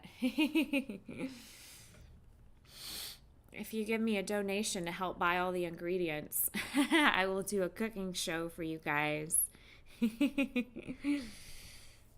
One option could be to reduce the portion as well. Oh, that's a really good really good point there, Draft Boy. Reducing the portion. So if you're eating things like cheesecake or anything really sweet, full of sugar, reducing the portion is another way of making it a little healthier. But health is really about eating nutrient-dense foods that are going to nourish your cells and nourish your organs. So those foods are produce, vegetables, fruit, anything that grows from the ground usually have the most nutrients. And you can't really make cheesecake with produce, so... But maybe I'll look into it. Maybe I'll find a way. Yes, Dante, I don't drink cow's milk ever. But almond milk, coconut milk, and hemp milk. Hemp milk is one of my favorite types of milk. It has omegas. Reduce the portion. Instead of eating the whole cake, eat half of it. I don't know if you want to eat a whole half of cheesecake either, but maybe like a small slice. That's the thing is, if you're eating really healthy and you're taking B vitamins, then you go eat a bunch of sugar, sugar is going to completely counteract all the healthy food you eat. Sugar is really what you want to avoid. So the sugar content in cheesecake is really what makes it unhealthy. So I'm sure there's a way to make the sugar, not all sugars are created equal. So I'm sure there's a way to make it a little better, maybe using stevia. Yeah, sugar, sugar's the worst thing for us, really. Especially high fructose corn syrup and refined sugar. If you're eating more of the natural sugars, like Dante knows all about honey, maple, agave, those types of things are a little healthier. Or even the raw organic cane sugar. You still don't want to have too much of that, though. You can't just eat a whole bunch of cane sugar and think you're being healthy, because you're not. um, but the thing is that our body craves what it's used to. So I haven't actually craved cheesecake in so many years because it's been so long. The more you condition yourself to eat healthy, your body will start craving those things, because your body craves familiarity and what it's used to. So you might start developing a taste for raw food without a lot of added salt and sugar. Yes, Manuka honey has so many medicinal properties. I highly recommend Manuka honey. Yeah, and sugar from fruits is definitely healthier than table sugar, absolutely. Unfortunately, a lot of fruits are genetically modified to have way more sugar than we need. So if you're actually eating a true organically grown fruit, you can't go wrong there. But it's hard to find fruit that's organically grown. The lowest glycemic sugars include in fruits. Blueberries are probably the lowest glycemic fruits out there. Melons probably have the highest sugar content. So if you're trying to cut back on sugar, instead of eating melons, eat more berries, especially blueberries, raspberries, blackberries, things like that. Well, yes, so if you're lifting heavy weights, you need some salt. But I'm talking about the average diet that has way too much salt. We all need some salt, and we all need some fructose, Moderation. That's great you lift heavy weights. That's cool. Yeah, so you definitely need carbohydrates if you're lifting heavy weights. But that doesn't mean you need to eat the bad carbohydrates. You can eat plenty of fruits and vegetables, or whole grains, quinoa, wild rice, oatmeal, things like that. Sugar addiction is a real thing. Me on a hot day, and the temptation for ice cream is really strong. If you only know the temptation of the ice cream. I do understand, Mopar. A lot of times, if we're craving ice cream when we're hot, it actually means we're dehydrated.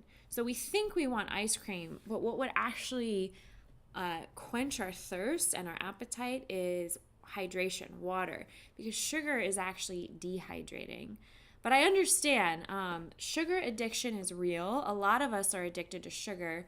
There's an organism in our body that feeds off sugar, like yeast. So that's why we crave the sugar, because we have organisms that are like living, that are like, feed me, feed me. Yes, quinoa. You like quinoa, Zangreen? Dante says, sarcasm aside, I have many comments, but I recommend Kim. She's smart. You can bring on the sarcasm. I don't mind a little sarcasm. That's fine. I used to be very sarcastic myself. I still am. I don't mind sarcasm. I just feel like sarcasm can be hard to detect sometimes through just text. When you're hearing someone say it, it's a lot easier to detect the sarcasm. But when you're just reading a comment, someone else might look at that and not know it's sarcastic.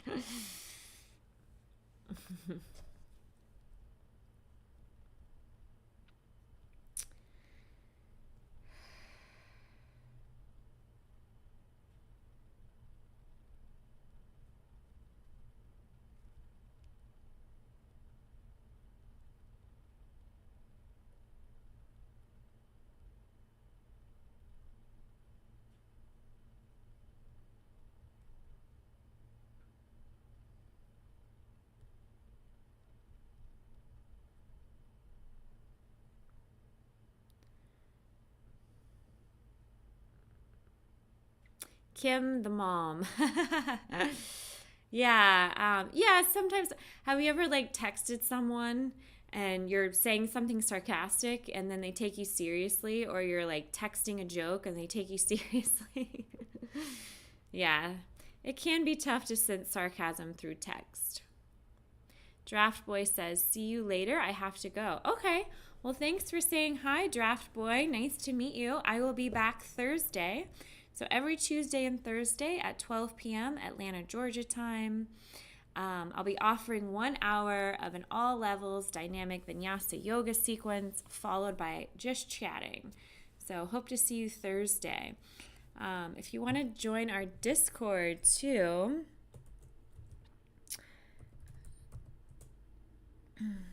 that server link should work. If it doesn't, I'll create a new one since they expire.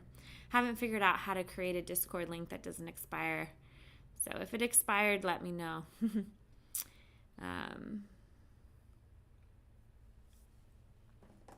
But yes, nice to meet you, Draft Boy. Enjoy the rest of your day.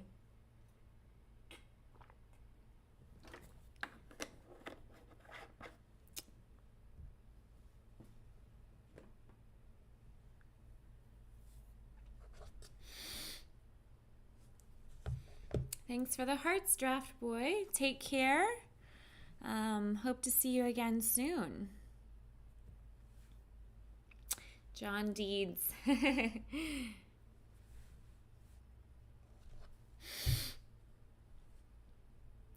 How are you doing today, John?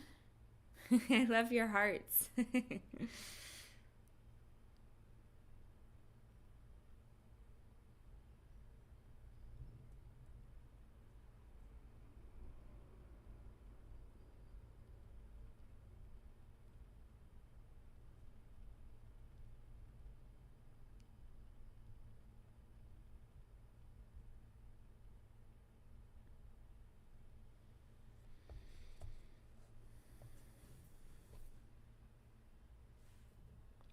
Donkey milk is the healthiest? Is that sarcasm? I've never had donkey milk, so I can't comment on that. Oh, I love, is that a mudra, John? That's cool. That looks like a mudra. Yeah, so, or a hand gesture. It looks like a Tai Chi mudra. So, in Tai Chi, whenever I teach Tai Chi, I talk about this little hand gesture. That's what it looks like to me. So the right fist represents yang energy, which is masculine, action, force, power. And we actually had a very yang style yoga practice. The left hand can represent yin, which is more feminine energy, emotion, grace, compassion, softness. So softness always overcomes hardness. Compassion tempers power. So they exist in harmony, yin and yang, masculine, feminine, logic, emotion. We can't have one without the other, and they balance each other out. So I think that's what that hand gesture was. This is what I do in Tai Chi. I'm also a certified Tai Chi instructor, as well as a 200 hours certified yoga instructor and a certified nutrition specialist. So that's what I'm here for. After yoga, to always answer your questions and offer any healthy support I can.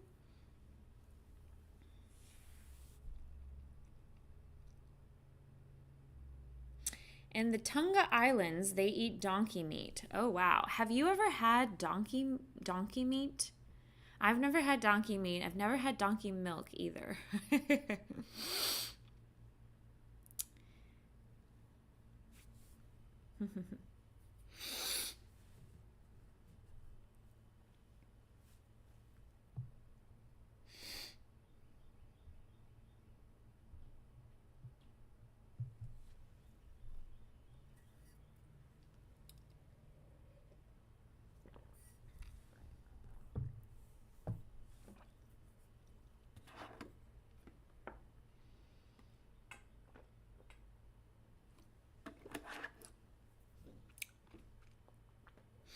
Oh, that turmeric tip was really helpful. I have used turmeric spice daily in small amounts, and it seems to help my joints. Good, good. I'm so happy to hear that, Mopar. Yeah, turmeric milk is so good for reducing inflammation. Turmeric milk, black pepper, ginger, all those things. You can make it in a milk, and I use hemp milk. not donkey milk, hemp milk with my turmeric milk. So if you're feeling any pain in the body or a lot of diseases, the root cause can be inflammation. So turmeric milk is one of those powerful things that will help reduce inflammation in the body. So I'm so glad to hear that's helping. I'm so happy too. So happy to hear that.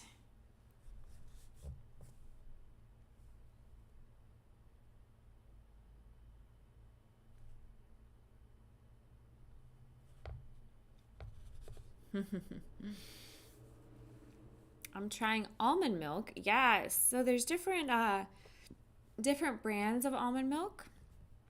I usually get the unsweet because some brands of almond milk have a lot of sugar.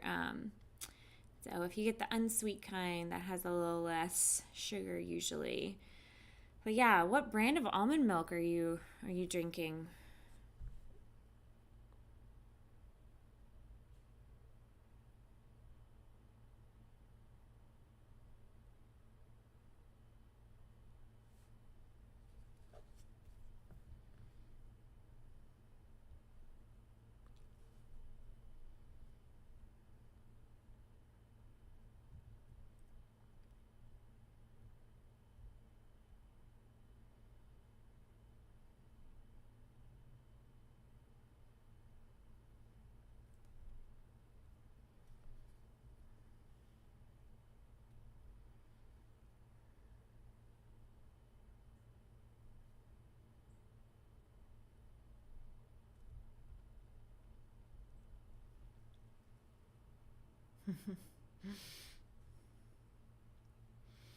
Do you know what brand you're drinking?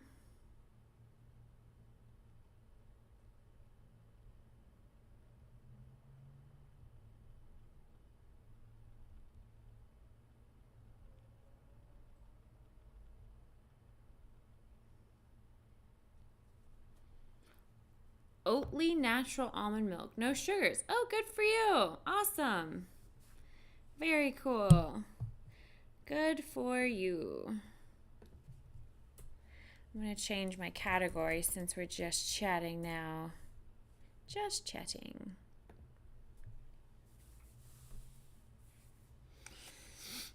That's great to hear, Mopar. I have almond silk creamer in my little cacao drink here. This says, I am woman, watch me pour.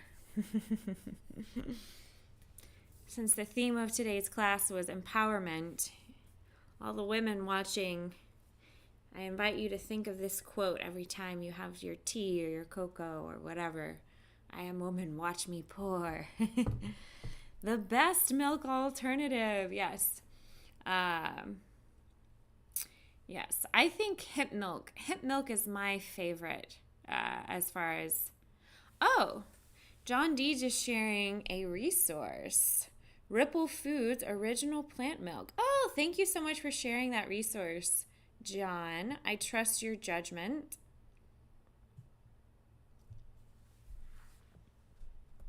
Ripple, okay. I will check that out. You're drinking that during goddess pose? So while you're in goddess pose, you're drinking? Yeah.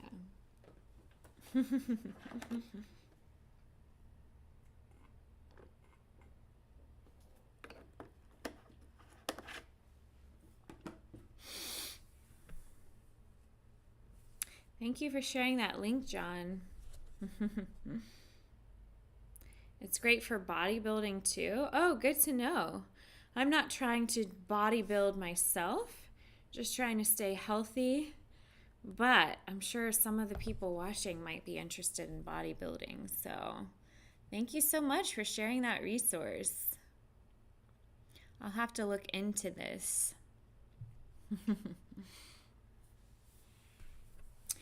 Speaking of milk, I need to refill my almond milk, so I will be back in just 2 seconds. Hang tight. Talk amongst yourselves.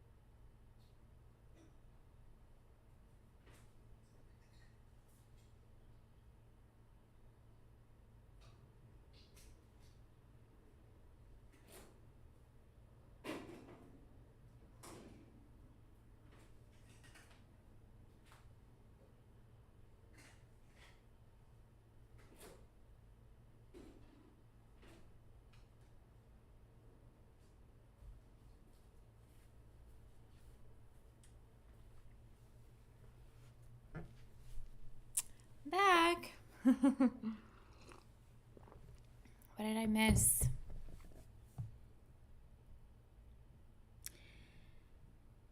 Kim, the power lifter.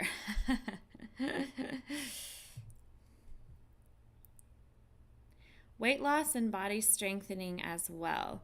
Yes, so body strengthening and weight loss are very much related. The more muscle you have, the faster your metabolism is naturally. So they go hand in hand. So thank you for sharing the Ripple Milk, John. Protein intake on bodybuilders and powerlifters is really huge. Yes, although this is something to keep in mind if you're trying to build muscle and consume a lot of protein, your body can only absorb a certain amount of protein at one time. So if you're taking a bunch of excess protein, that's when you might feel bloated and you're kind of wasting money and energy because your body can only absorb a certain amount of grams. So a good rule of thumb is 40 grams of protein every 4 hours or 20 grams of protein every 2 hours kind of thing. If you're consuming more than 40 grams of protein every 4 hours, all you're doing is going to make yourself bloated and not feel good because you can't even absorb it. So that's one thing to keep in mind when you're doing bodybuilding. If we do have cheesecake, we should eat it isolated from the other meals to lessen the negation of our healthier choices. That's a really good question, Ether. And, there's no like perfect science to that. I don't think eating it after, if you're eating it in the same day, you're still gonna, the effects of the cheesecake is not gonna be any different if you eat it right after a healthy meal or if you eat it hours after a healthy meal. I think the effects of the cheesecake are still going to be the same.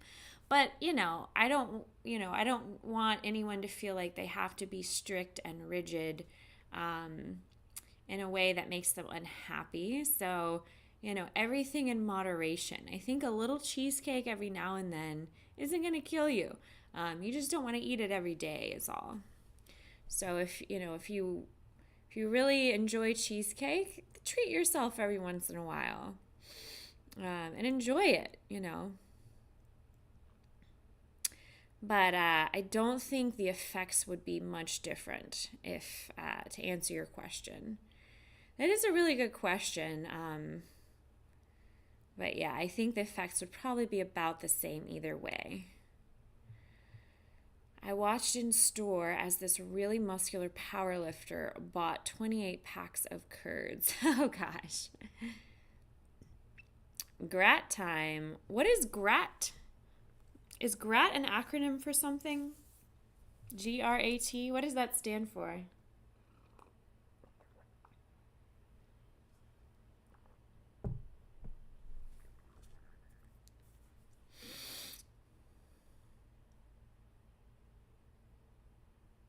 Oh, typo. I was like, what does GRAT stand for? Don't we all? We all make a lot of typos. Oh, great. Great time. Yes. Great time.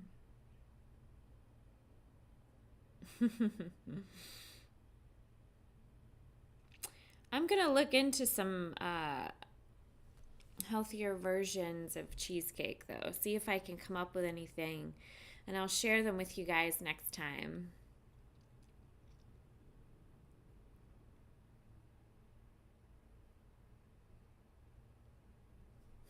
Hi, Grandma. Grandma Strong. How are you? Kim is nice health coach, not like some of those militant ones. Scary. Yeah, well, it's a balance of being disciplined and then giving yourself some grace. Perfection is unattainable. There's no such thing as perfection. So do the best you can, but also give yourself a little grace. Know that you're you're never going to be perfect, and that's okay. So, the philosophy is about balance. I'm doing pretty well, Grandma. Thank you for asking. We did a powerful dynamic Vinyasa yoga sequence at 12, and we've just been chatting since, talking about health and wellness and recipes and talking about milk substitutes, cheesecake. Wow, okay. I didn't know if maybe the body would process raw nutrient dense foods differently if there is just a bunch of processed food and sugar mixed with it, as opposed to letting the body process the good stuff and have the junk later. I mean, that is a really good question, and I'm not 100% sure on the science behind that. So it's definitely worth looking into. It makes sense. Like what you're saying, it makes sense. So maybe there would be a slightly different effect depending on the timing. Like if you're eating healthy food so you can feel energized and alert for the day, and after eating that healthy food and letting that food digest, maybe eating that cheesecake much later after that food has digested and processed, it's not going to completely counteract all the healthy food you just ate as much. So maybe you're onto something there. I would encourage you to look into it a little more as far as the timing goes. But that being said, if you eat cheesecake, maybe you wait a few hours and then eat something really healthy, and maybe all those nutrients will counteract anything negative that the cheesecake might have. But again, like having cheesecake every once in a while, shouldn't be afraid to eat the food you enjoy every once in a while.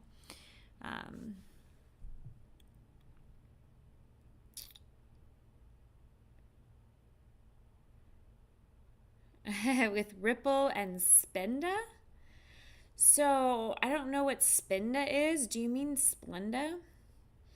I would not recommend Splenda. Splenda can cause weird digestive issues.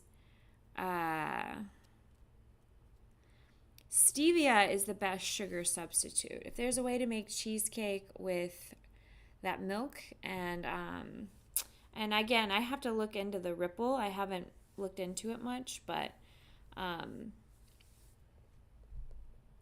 wouldn't recommend Splenda to anyone. Stream goes to the next cheesecake factory. That's what feels intuitive to me. But yeah, I wonder if studies have done. Yeah, I don't know. I don't know how you would really study that. Like how would one study that? But I will say that as far as energy goes, if you're worried about getting whenever you eat sugar, you get the sugar high, you get the sugar crash.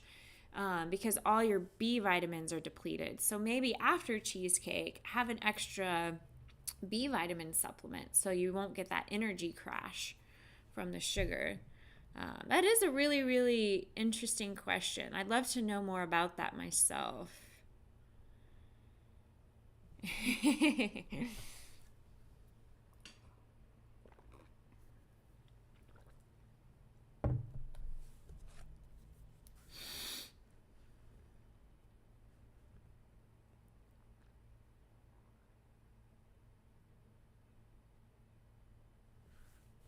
Splenda did hurt my stomach for years, the truth. Yeah. I didn't know if you meant to type Splenda or if Spenda is something else you were introducing. Yeah, I mean, again, everybody's different, so Splenda may work for some people, but I know a lot of people that have had weird digestive issues taking Splenda. Stevia, on the other hand, there are no adverse effects from stevia that we've discovered so far. It is the only alkaline sweetener substitute on the market, and it's derived from a plant. So I always say stevia is probably a better way to go than Splenda. Aspartame is really bad for you. So you don't want to consume any sweetener with aspartame. sugar itself, like raw cane sugar, is much better than a lot of those artificial sweeteners. Hello, Serpent Black. Thank you for following. Ether says the cheesecake mention counter has officially surpassed the ball count. Funny. Yes, raw is always better. Everything is usually better raw. There are always exceptions. Like, for instance, tomatoes. If you cook tomatoes, your muscles absorb the lycopene a little easier. There may be some benefits to cooking kale, but raw in general is typically a better way to go. Hello, Serpent Black. How are you today?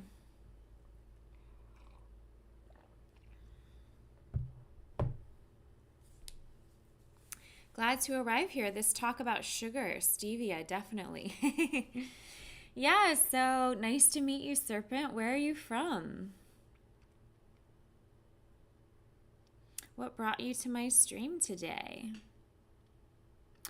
Raw kale is harder to digest. That's true. So anytime you're eating raw vegetables, they are a little more taxing on your digestive system, but that being said, they contain more nutrients. So, you just have to kind of feel out what works best for you. You can always, lightly steaming vegetables is a little healthier than cooking vegetables to the point of mush. So, but yes, raw kale is harder, a little more taxing on your digestive system. That's true.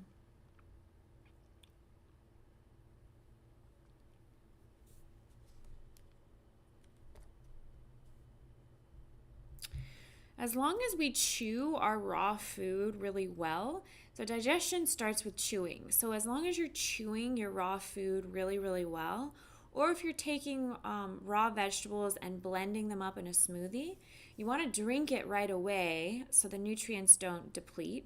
But consuming raw vegetables, raw food in a smoothie is a lot less taxing on your digestive system. But also just simply chewing, make sure you're chewing all your food really, really well, would be less taxing on your digestive system. And chewing is the first stage of digestion.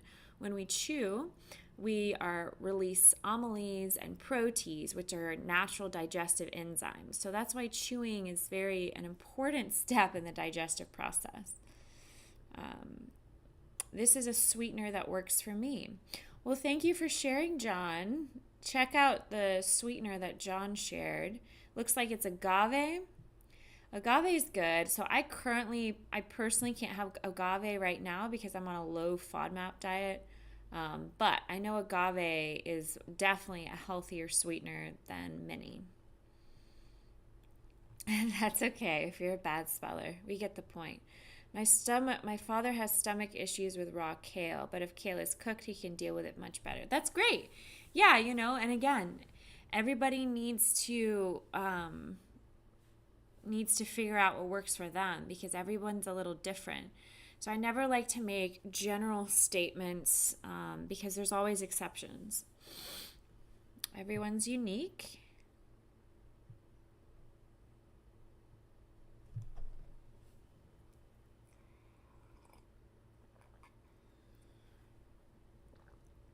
So how does your dad handle like baked kale? Like kale chips? Does he handle that okay? I'm just curious.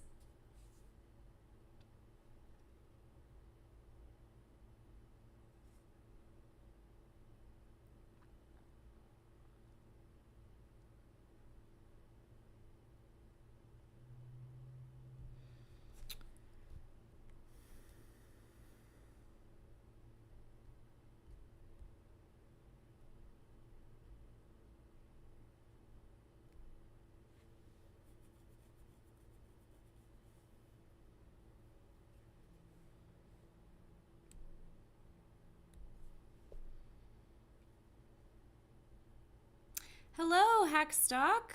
How are you? Nice to see you.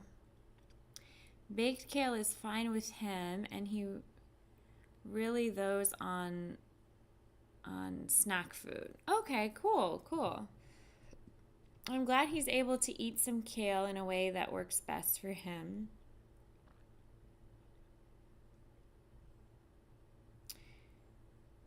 How are you, Hackstock? And Serpent, let us know where you're from. What brought you to the channel? You're doing well? Good. We did a powerful Vinyasa yoga sequence at 12, and since then we're just chatting about all kinds of topics, health, wellness.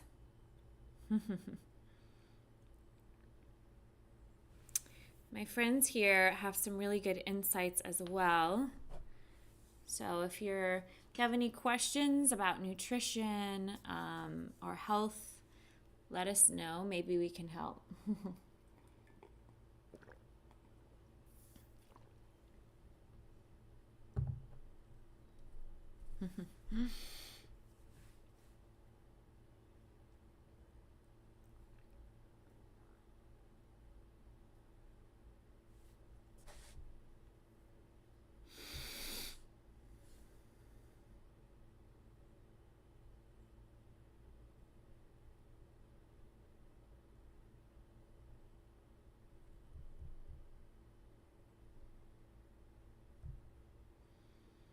Kim, guess what production I'm starting to do as a side thing? Oh, you're starting to work on a production? I don't know. How can I guess that? Is it like a major production, network production? Or is it a theater production?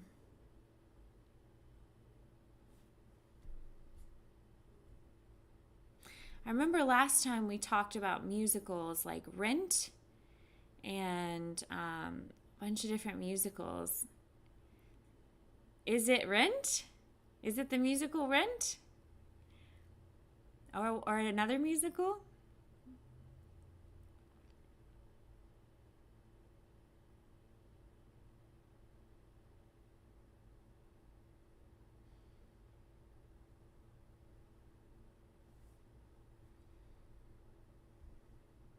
No. Okay, but it is a theater production. Okay. Let's see here. Wizard of Oz? I wish. That would be so fun. Is it one of the musicals we were talking about last time? I remember we were talking about a lot of different musicals.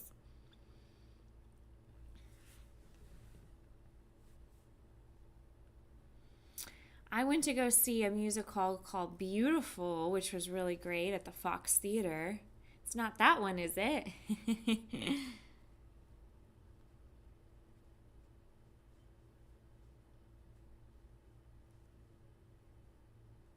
Not musical, but a classic. Okay. So it's a classical theater production. Is it Shakespeare?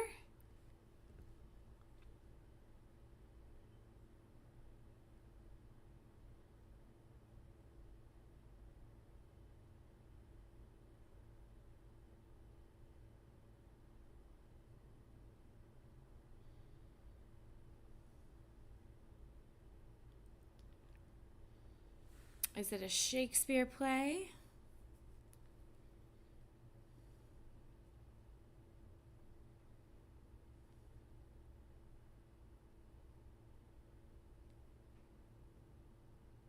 Mary Poppins? Mary Poppins would be fun.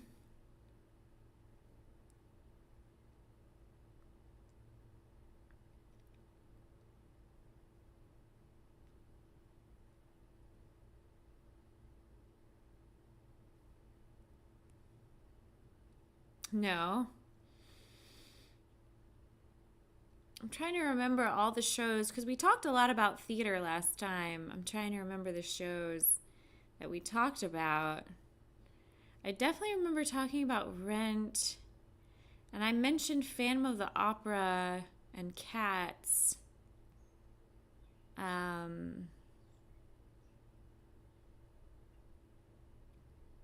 Chorus line? Secret Garden? The Nutcracker! That's a classic. Is it a holiday themed show?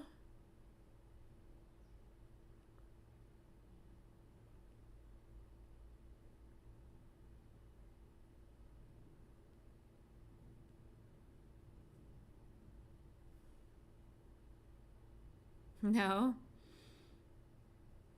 So it's not a musical. And it's not Shakespeare. Yeah, you can just tell us if you want.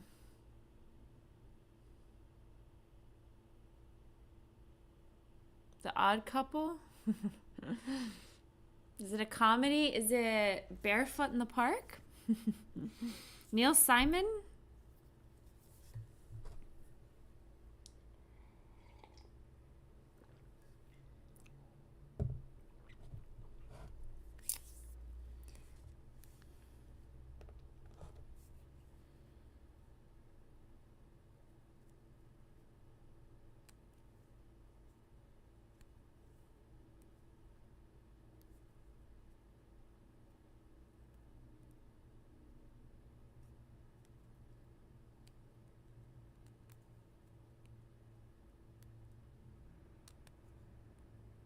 Our mystery man is not here. I know, Unsolved Mystery isn't here. Maybe Unsolved Mystery will join us on Thursday. I don't have too much more time today myself. I have to go teach a private lesson. It's based on English classic literature legend. Okay. English classic literature. But it's not Shakespeare.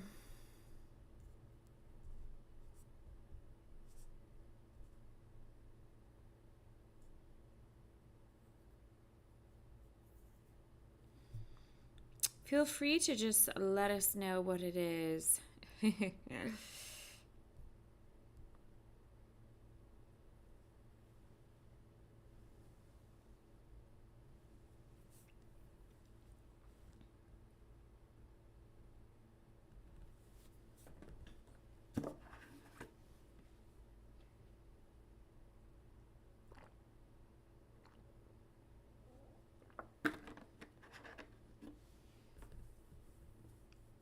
Robin Hood. I would not have guessed that one.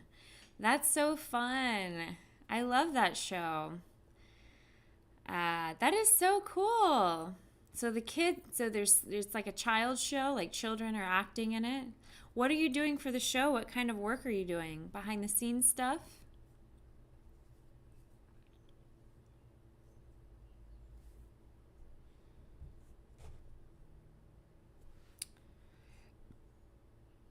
Kids play. That's so fun. Well, congratulations. I hope you have a great time with that. You'll have to keep us posted on any fun moments that happen.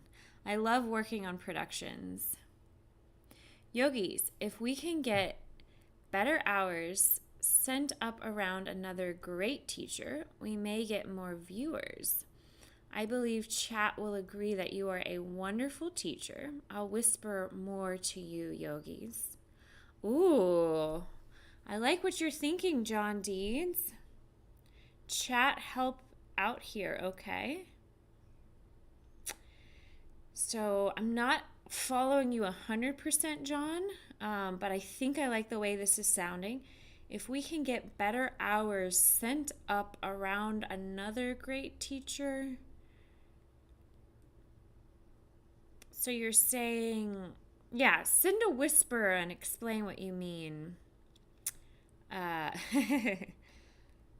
All the technical aspects, sounds, lights, and running plays. Awesome. Awesome, Mopar. So cool. Well, that'll be a lot of fun. You'll have to keep us up to date with any interesting things that happen with that show.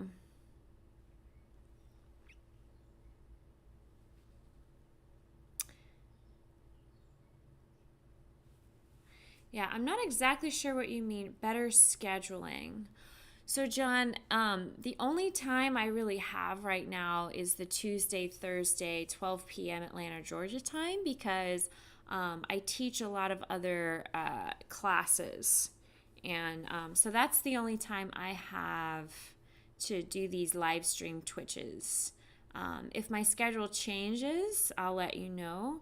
But right now, 12 p.m. Atlanta, Georgia time is really the only times that work best for me with my schedule. So sometimes on the weekends, I can jump on and do just kind of like a pop up random, just chatting Twitch on the over the weekend. But I'm pretty busy with my regular scheduled work. So I teach corporate classes and I teach a lot of privates. So, but thank you so much, John, for thinking about that. I can't really adjust my schedule very much at this point. But, if my schedule changes, I might be able to make some changes. But I'd be still happy to hear your suggestions. So feel free to make any suggestions you'd like. I actually have to take off here in just a few minutes. I have to go teach a private client, an in-person. One of my clients is dealing with some low back pain, so I've been privately coaching them.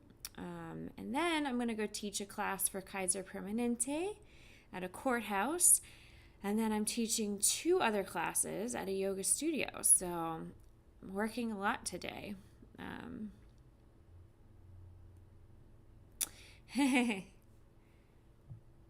Well, thank you, John. I really appreciate that. Yeah, I'd love to see more folks in the stream too.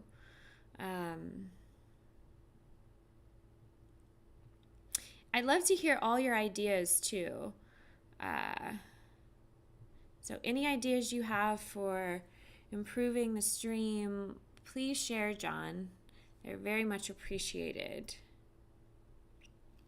You be good too, Dante, and you're welcome, Mopar. Oh, you're a Kaiser member too? Yeah, so I'm a Kaiser member employee. So I teach yoga and Tai Chi and health education through Kaiser Permanente. So I travel around to different corporate companies and I do virtual classes through Kaiser as well as my own company. Okay, yeah, I'll raid Tessilia.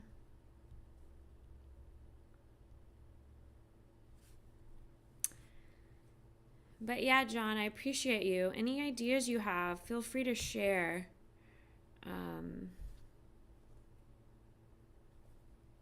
Thank you to everyone who joined my stream today.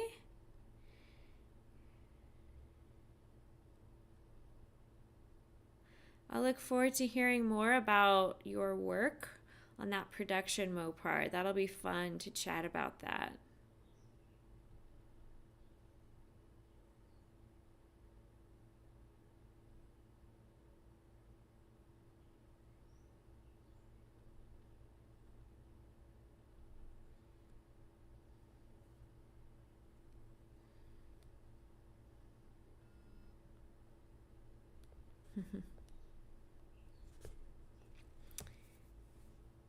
I'll keep in touch if you don't mind. Tomorrow I go to the doctor about lower back pain. Oh, okay. Yeah, well, I don't want shots. Yeah, there's a lot of yoga practices that can serve as sort of physical therapy for lower back pain. So yeah, feel free to reach out to me. I can offer some suggestions of practices to help alleviate low back pain for sure. That's one of the benefits of certain types of yoga for sure.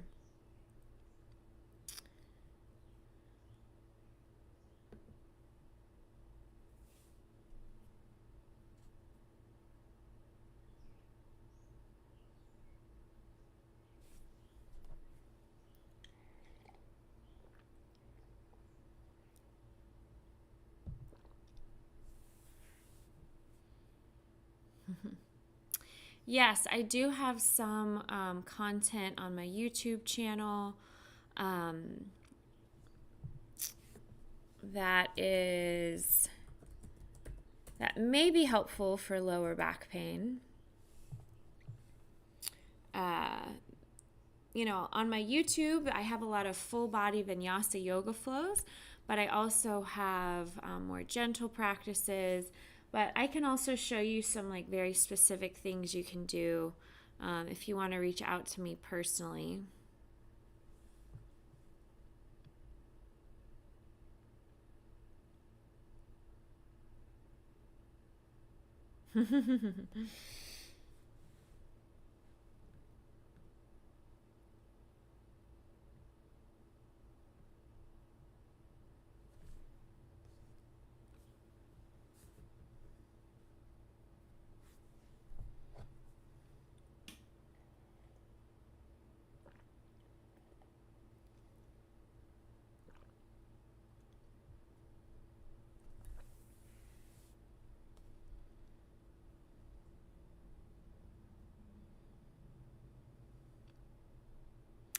I'm so poor. Don't tell anyone my real name. I'm a man of mystery. So John Deeds is not your real name. I will keep it a secret. No worries. What do you mean you're so poor, Dante? Aw, thank you for subscribing, John. Appreciate you. All right, anytime someone subscribes, I always do a kick and a little dancing and chaos, which is spontaneous qigong. So here we go. Yay for subscribing. Whee! Dancing and chaos. Thank you, John. Thank you for subscribing. Appreciate you. That's called, anytime you just move in any way that feels good. In Tai Chi, we call that spontaneous Qigong. Ether says, Kim, you mentioned channel points on another stream. As viewers watch your stream, they acquire channel points. They can then cash in the channel points for rewards that you set up. Like 500 channel points equals yoga pose of your choice, or 1,000 points equals dancing and chaos. Okay, I need to figure out how to set that up.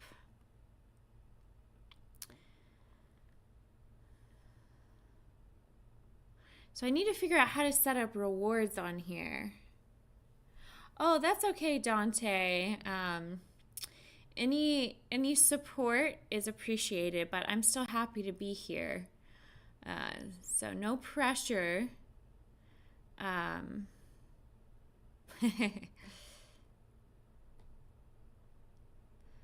Okay, so I'll have to look into how do I set up awards. Thank you, Ether. I will try to figure that out, how to set up rewards for points. What would be some other cool rewards?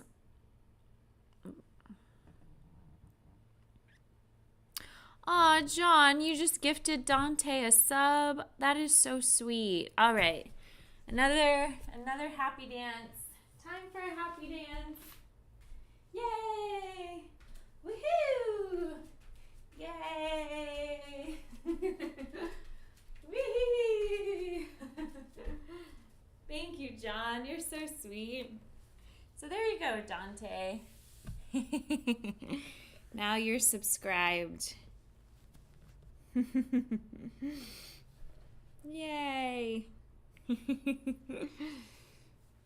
Now I just have to figure out, anyone have suggestions about rewards I could offer?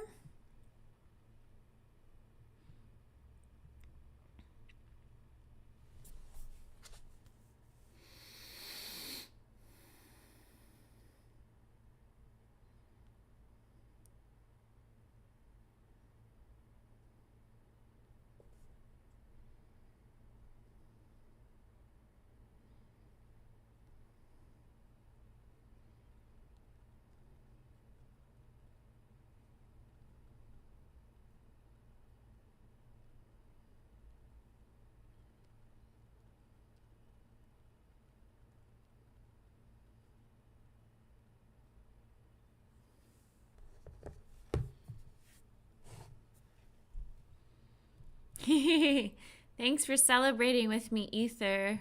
What are some suggestions for rewards to offer for channel points? Make sure you support the stream by telling others, Dante. Yes, Dante, please share my stream with other people who could benefit from yoga and just benefit from our chats. Maybe a reward could be a recipe, like a specific recipe. Since we were talking about cheesecake today, enough points and then you get like a personal recipe. We could do a whole like recipe stream based on your requests. John, you just gifted another sub to Mopar? I thought Mopar was already subbed. Thank you. That's so kind of you. All right, more happy dancing. I hope you guys get up and dance with me. You guys get up and dance with me. Just dance. Yay! Woohoo! Woohoo! Woohoo! Woohoo! You guys get up, shake, rattle, and roll.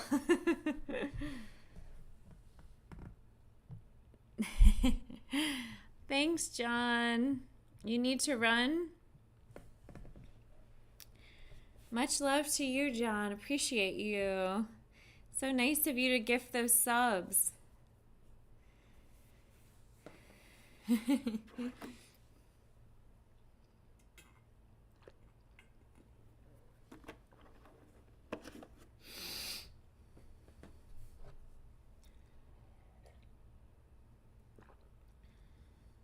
Tomorrow I start heavy training for my back. So you're doing some rehabilitation for your back.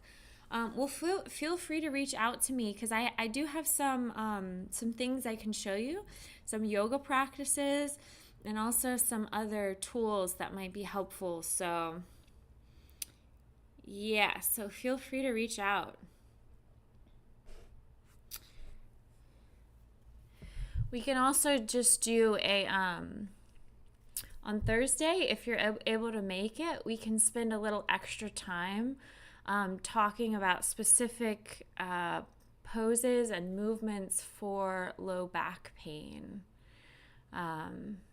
If you can make it Thursday. I know you have to run now, but Thursday we could actually do that. And so that way everyone could see it. Oh, sciatica. Sciatica is no joke.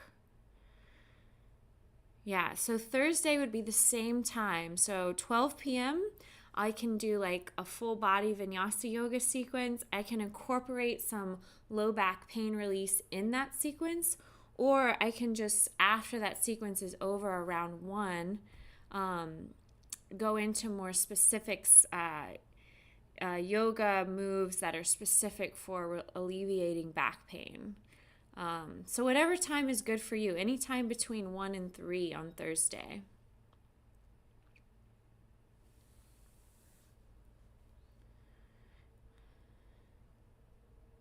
Yoga pose of your choice.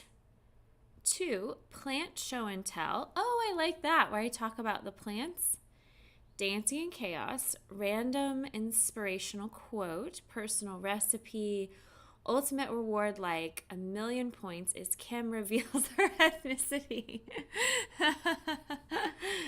That's a good one.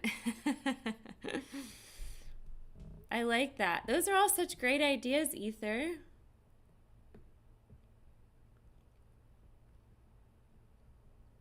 How do I add these rewards? So 1 to 3 Atlanta, Georgia time. So right now it's 2:30 Atlanta, Georgia time. So 1 to 3 Atlanta, Georgia time. So I always, I'm sorry, did I say 1 to 3? I meant 12 to 3. So I always start yoga at 12 p.m. Atlanta, Georgia time, and I usually do an hour of yoga where I'm pretty focused on just a sequence, and then after that I'll chat or offer any additional help. Okay. So then you're 3 hours before me, right? Or behind me. It's a 3-hour difference in LA, I think. Yes? So my 12 o'clock is actually your 9 o'clock. Am I getting that right? After. Okay. So my 12 o'clock is actually your 3 o'clock. So yeah, I'll be on. I usually come on a little before, like 15 minutes before. So yeah, I can start the sequence at 3 your time, 12 my time. And we can start with just low back pain movements, and then we can get into some other practices. Or you can wait until after like the dynamic full body sequence is over, and 1 o'clock my time, 4 o'clock your time, we can just focus on back pain release. It's really up to you, whatever time works good. Or you can just reach out to me privately and I can share with you some stuff privately. You could also share some stuff on Discord.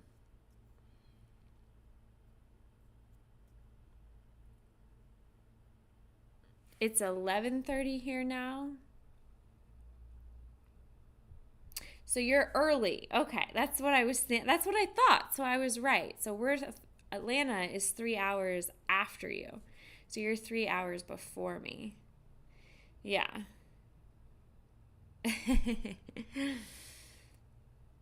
So it's 2:30 Atlanta time, but it's 11:30 LA time. That's okay. Yeah, so feel free to come on Thursday and we can integrate some low back pain release moves, or reach out to me privately anytime and I can share with you some stuff. Another channel point reward. Kim gets another plant for the studio. Yeah. Thursday, what time? 12 p.m. Atlanta, Georgia time is when I start. So that would be 9 a.m. your time, yes?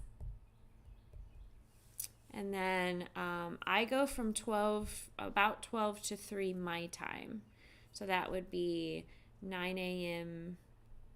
to around 12 p.m. your time. So anytime between there, if you want to hop on, say hi. If I know you're there, I can integrate it into the full hour sequence. Or we can do that after the full hour where it's more interactive. Because for the first hour, I tend to kind of get in the yoga zone. And it's sort of like an active, not a super slow pace kind of practice. So we could always wait until after that hour, that first hour is over. But just pop in the chat, say hi, let me know you're here, and then I can show you some stuff. And it may be helpful for other people to see it too, other people watching.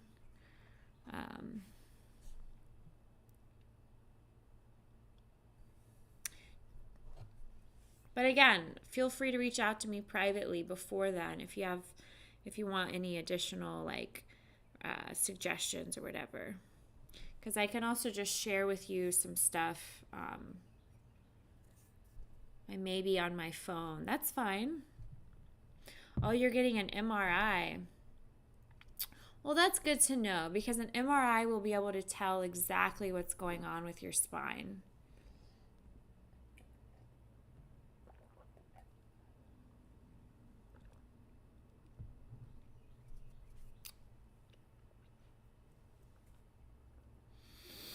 An MRI will be able to tell you, if there's anything misaligned or, so that's good you're getting to know these things. But anything like that is manageable and treatable. So don't get discouraged. You don't seem like the type to get discouraged, but just saying. Are you a yogis or a Sufi? You can call me Yogi Kim, or you can just call me Kim, or you can call me Master Kim. I'm just kidding. No, I always like to stay humble because it's about the practice itself. It's not about ego. So you don't need to call me Yogi or Sufi. You can if you want to, but you can just call me Kim.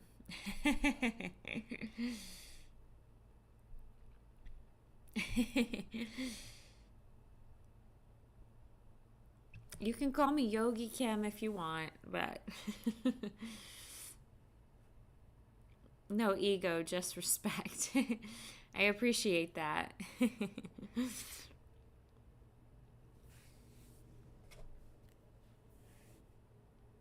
Grandmaster Hamilton. That just sounds so pretentious. I want others to respect you here on the stream as well. Well, I appreciate that. You can just call me Yogi Kim, Miss Kim.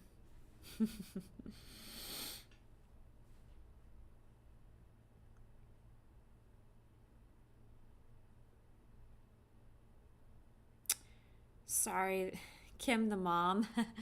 Mama Kim? You can call me Mama Kim. I try to have motherly, nurturing energy. You can call me anything you want as long as it's respectful. You can call me Grasshopper. Everyone else in chat, they can call me Sensi. I just feel like, what's in a name? A rose by any other would still smell as sweet. That's from Romeo and Juliet. Whether you call me Kim or something else, I'm still going to shine as bright. I'm still going to smell as sweet. Romeo, Romeo, wherefore art thou, Romeo? What's in a name? A rose by any other would still smell as sweet. If you called a rose a box, the rose would still smell as sweet, whether you call it a rose or something else. Just like me. So it doesn't really matter too much to me what you call me, as long as it is respectful. So I'll call you Grasshopper.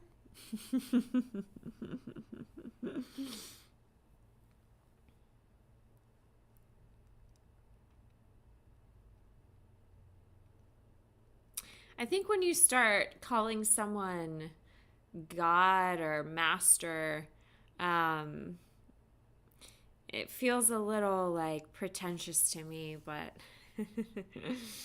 but I guess, once you do have a certain type of certification, it makes sense why some people appreciate having a specific title.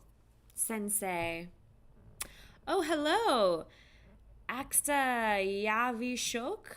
I'll call you Atlanta actress who doesn't know her Myers-Briggs type 3 months after I asked her.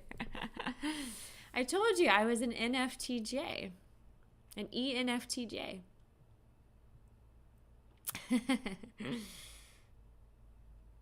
I remember when I worked on warehouse when I was young, we had 4 Daves and 5 Johns.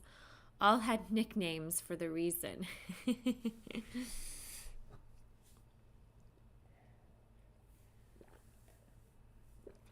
That makes sense. So you can differentiate between 4 Daves and 5 Johns. Those are very common names. Yes, I believe I'm an ENFJ. I think that's what I am. If I remember.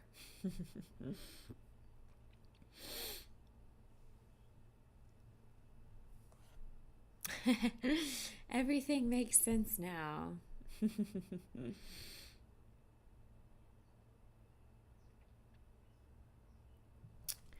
Mo, Dante, call me John or whatever. Everyone else can call me Mr. Deeds. Okay. Mr. Deeds.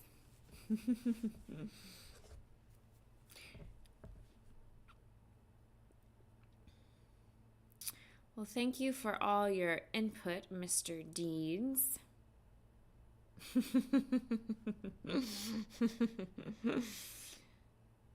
I kind of like Mr. Deeds.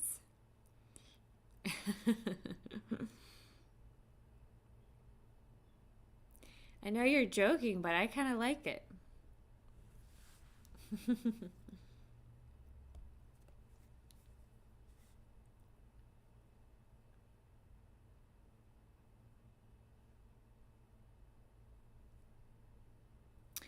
You say potato and I say potato. You say tomato and I say tomato. Potato, potato, tomato, tomato.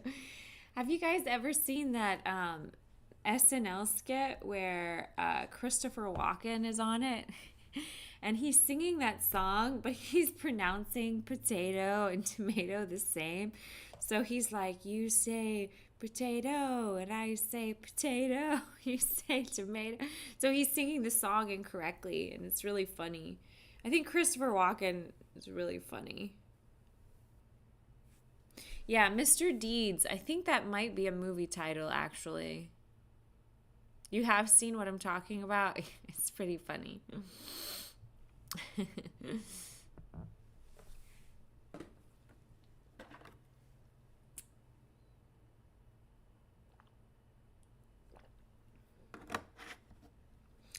So, if anyone has any tips about how to actually technically set up rewards, I guess I can Google it, but let me know, because I do want to set up some rewards for getting the channel points. I don't know how to do that yet. I guess I go to settings.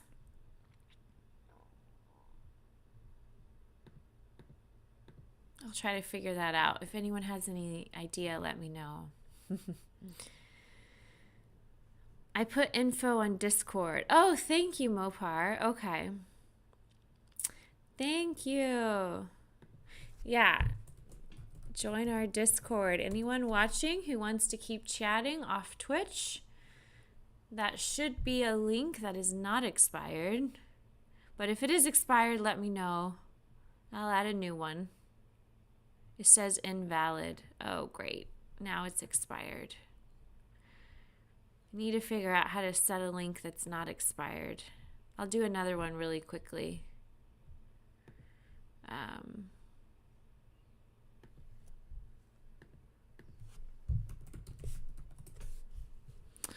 I'll set a new invite link really quick.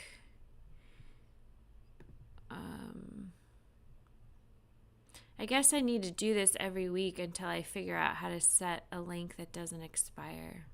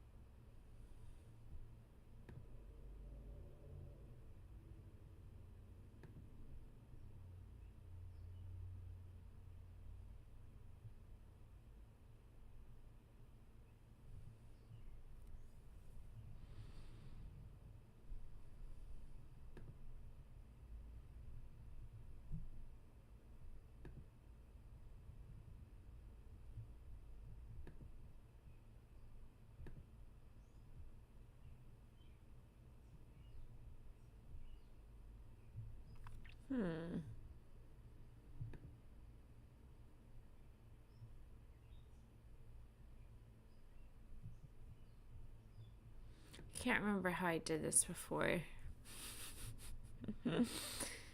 Goodness. How did I do this before? I go to the general server.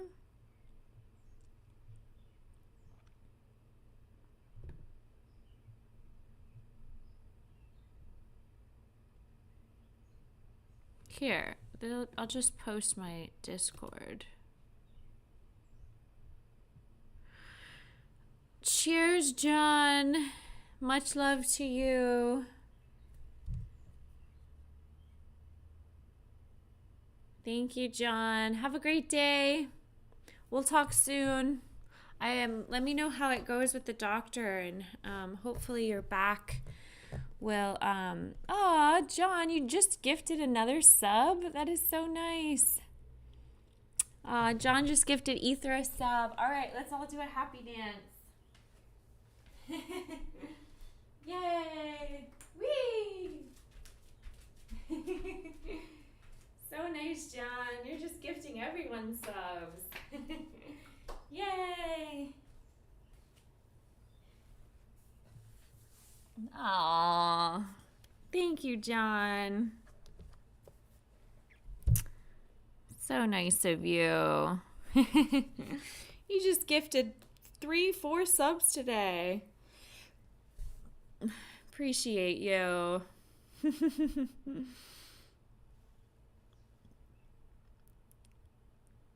Let's all send John some love. And let's hope that your back heals soon. I'll definitely share with you some specific yoga practices that will help ease back pain, depending on what your back issue is too. Keep me posted. Feel free to send me a private message as well, anytime.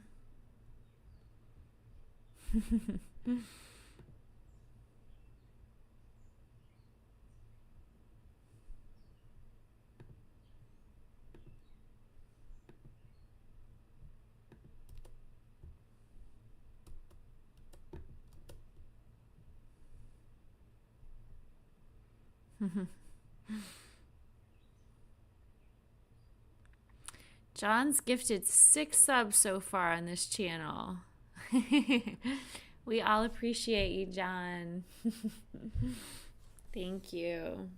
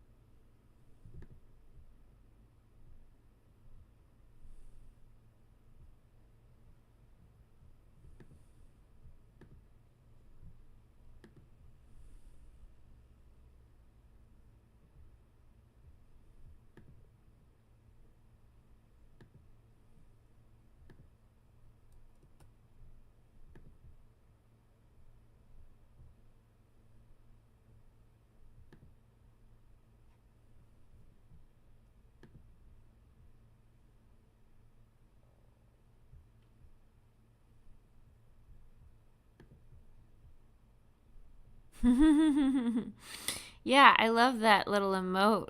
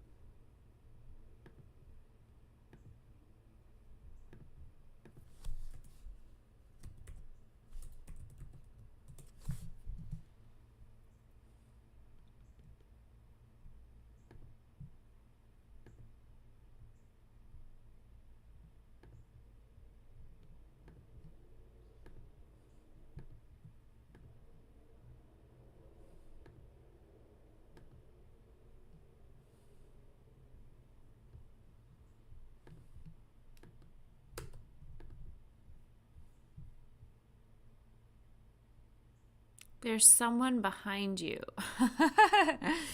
What? Hi, Rude Con. There's someone behind me? I don't see anyone behind me. I'm inside an apartment with the door locked, so there might be people walking behind the window. But no, there's nobody like in my apartment. My door is locked. How are you, Rude Con? Rude Con. I should say Rud Con or just Con. There's someone behind you. Are you trying to scare me? I was trying to figure out how to set a new Discord link. That's why I got quiet there for a second. And I can't for the life of me remember how I did it before. I don't remember. I'm like trying to figure it out.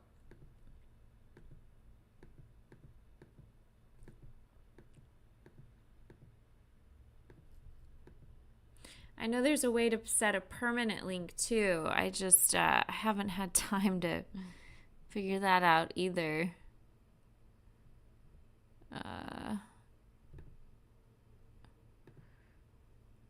But anyway, my Discord, I can just tell you what my Discord is. So anybody who wants to join, it's just Kim_Ham and then the number 4059. So you can send a request. So it's Kim_Ham number 4059. And then I can invite you to our general server. That's my Discord.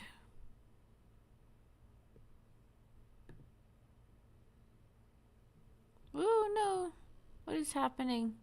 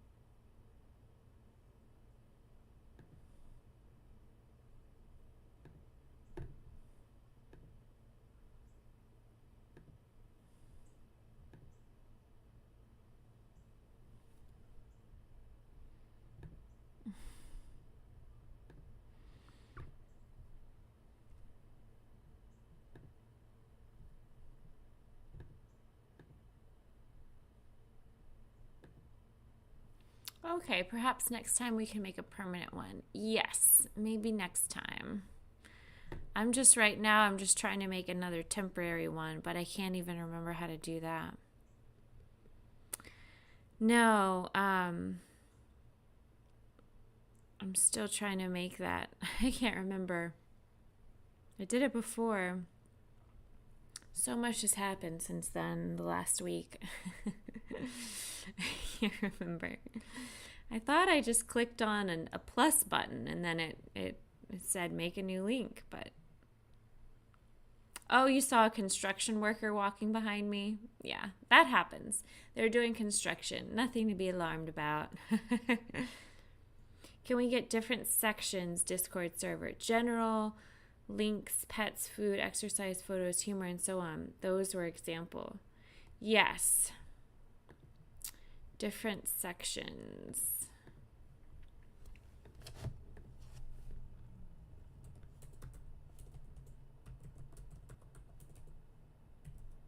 Right now I'm just trying to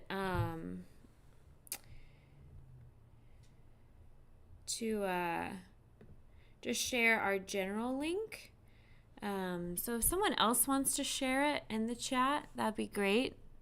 Just for any of the newbies, because I'm having a hard time even sharing a general link right now. I can't copy and paste apparently right now. It's just not letting me.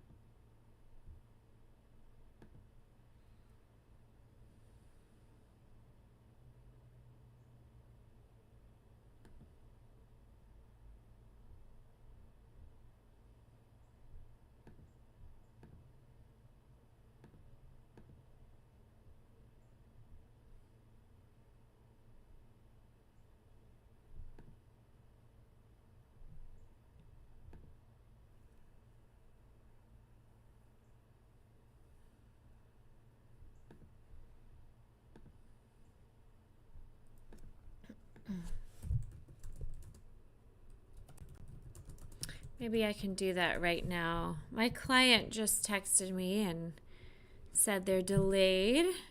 So maybe I will just use this time to set a new Discord link that is permanent. Since you guys so kindly sent me those instructions, might as well just do it, right? Okay.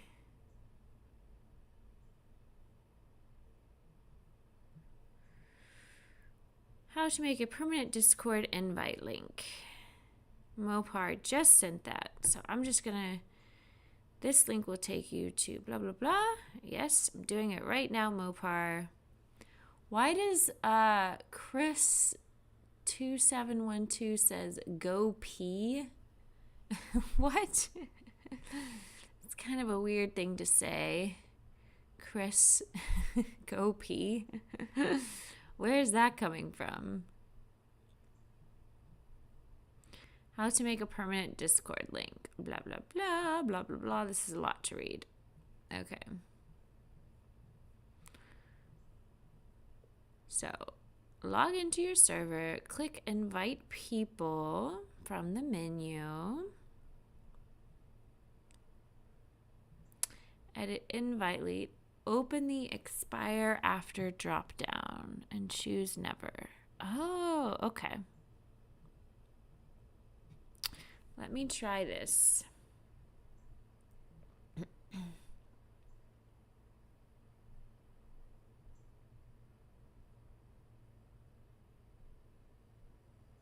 Edit invite link. Okay, so that's the key.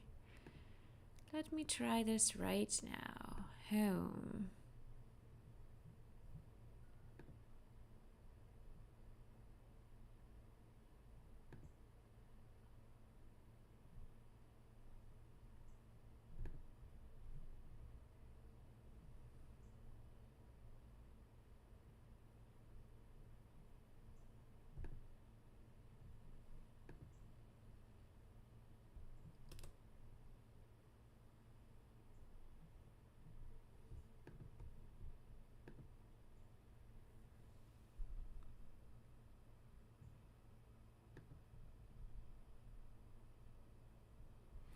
Edit invite link.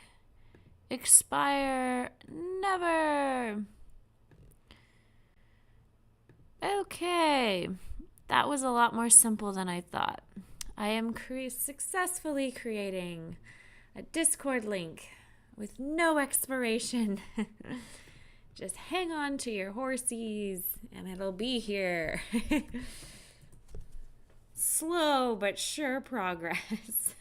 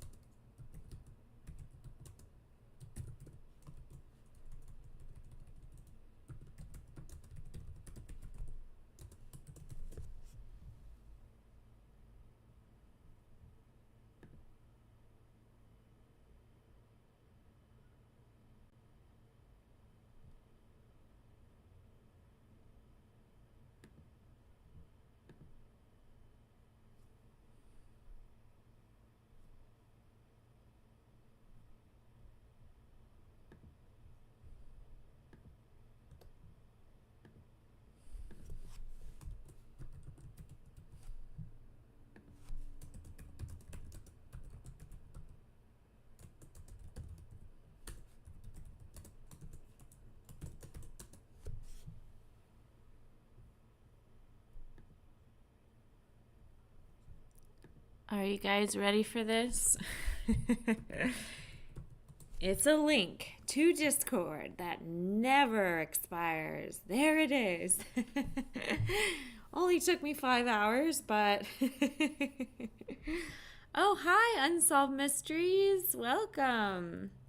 Hey, I'm doing well. There's been a lull in our chat just because I was busy making a Discord link that never expires. But this shows you guys I can learn these technological things slowly but surely. So, Chris, I don't know why you told me to go pee, but thanks for the encouragement. I don't really need a pee coach, but appreciate that.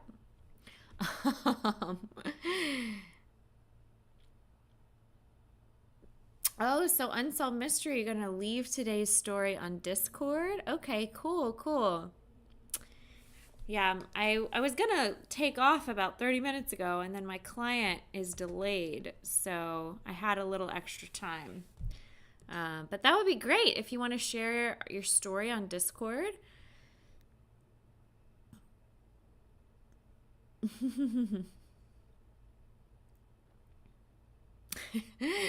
Yeah, so that's the Discord link that I just shared.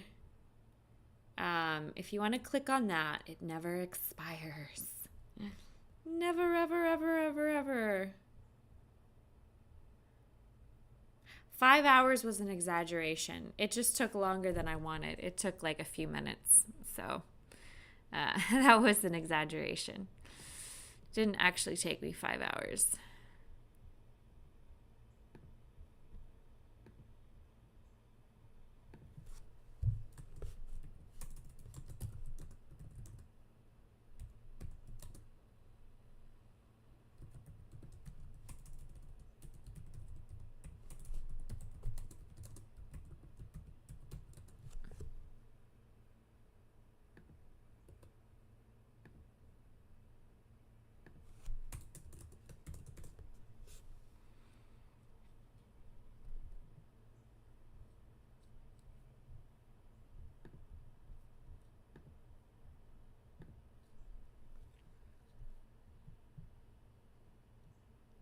Okay, so we can organize the section on Discord into various topics.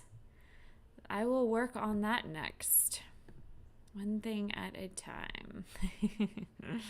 So right now we just have a general Discord server. Good to see you, PD. Thank you for joining.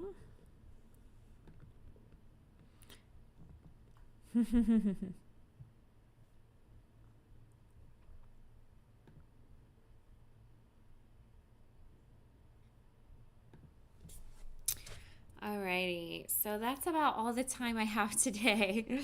But it was great chatting with you all. So check out the Discord if you want to. Unsolved Mystery has some really cool stories that they're basically just unsolved mysteries. They're fascinating, they're intriguing. So if you're in the mood for a good unsolved mystery, I think Unsolved will share that on our Discord. Any final thoughts before I take off? Any suggestions of who to raid? Is your friend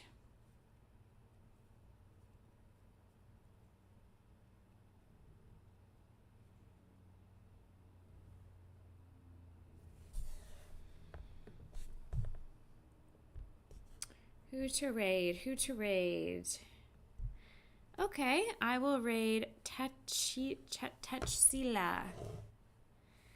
Any final thoughts before I go? Take care, Mopar. Thank you for joining, Ether. Thank you again, John. I think John's gone. And I will be back Thursday at the regular time. So Thursday, 12 p.m. Atlanta, Georgia time, I'll offer another dynamic Vinyasa yoga sequence, followed by just chatting. So I hope to see you on Thursday. Bye, Ether. And now I will raid Techsila.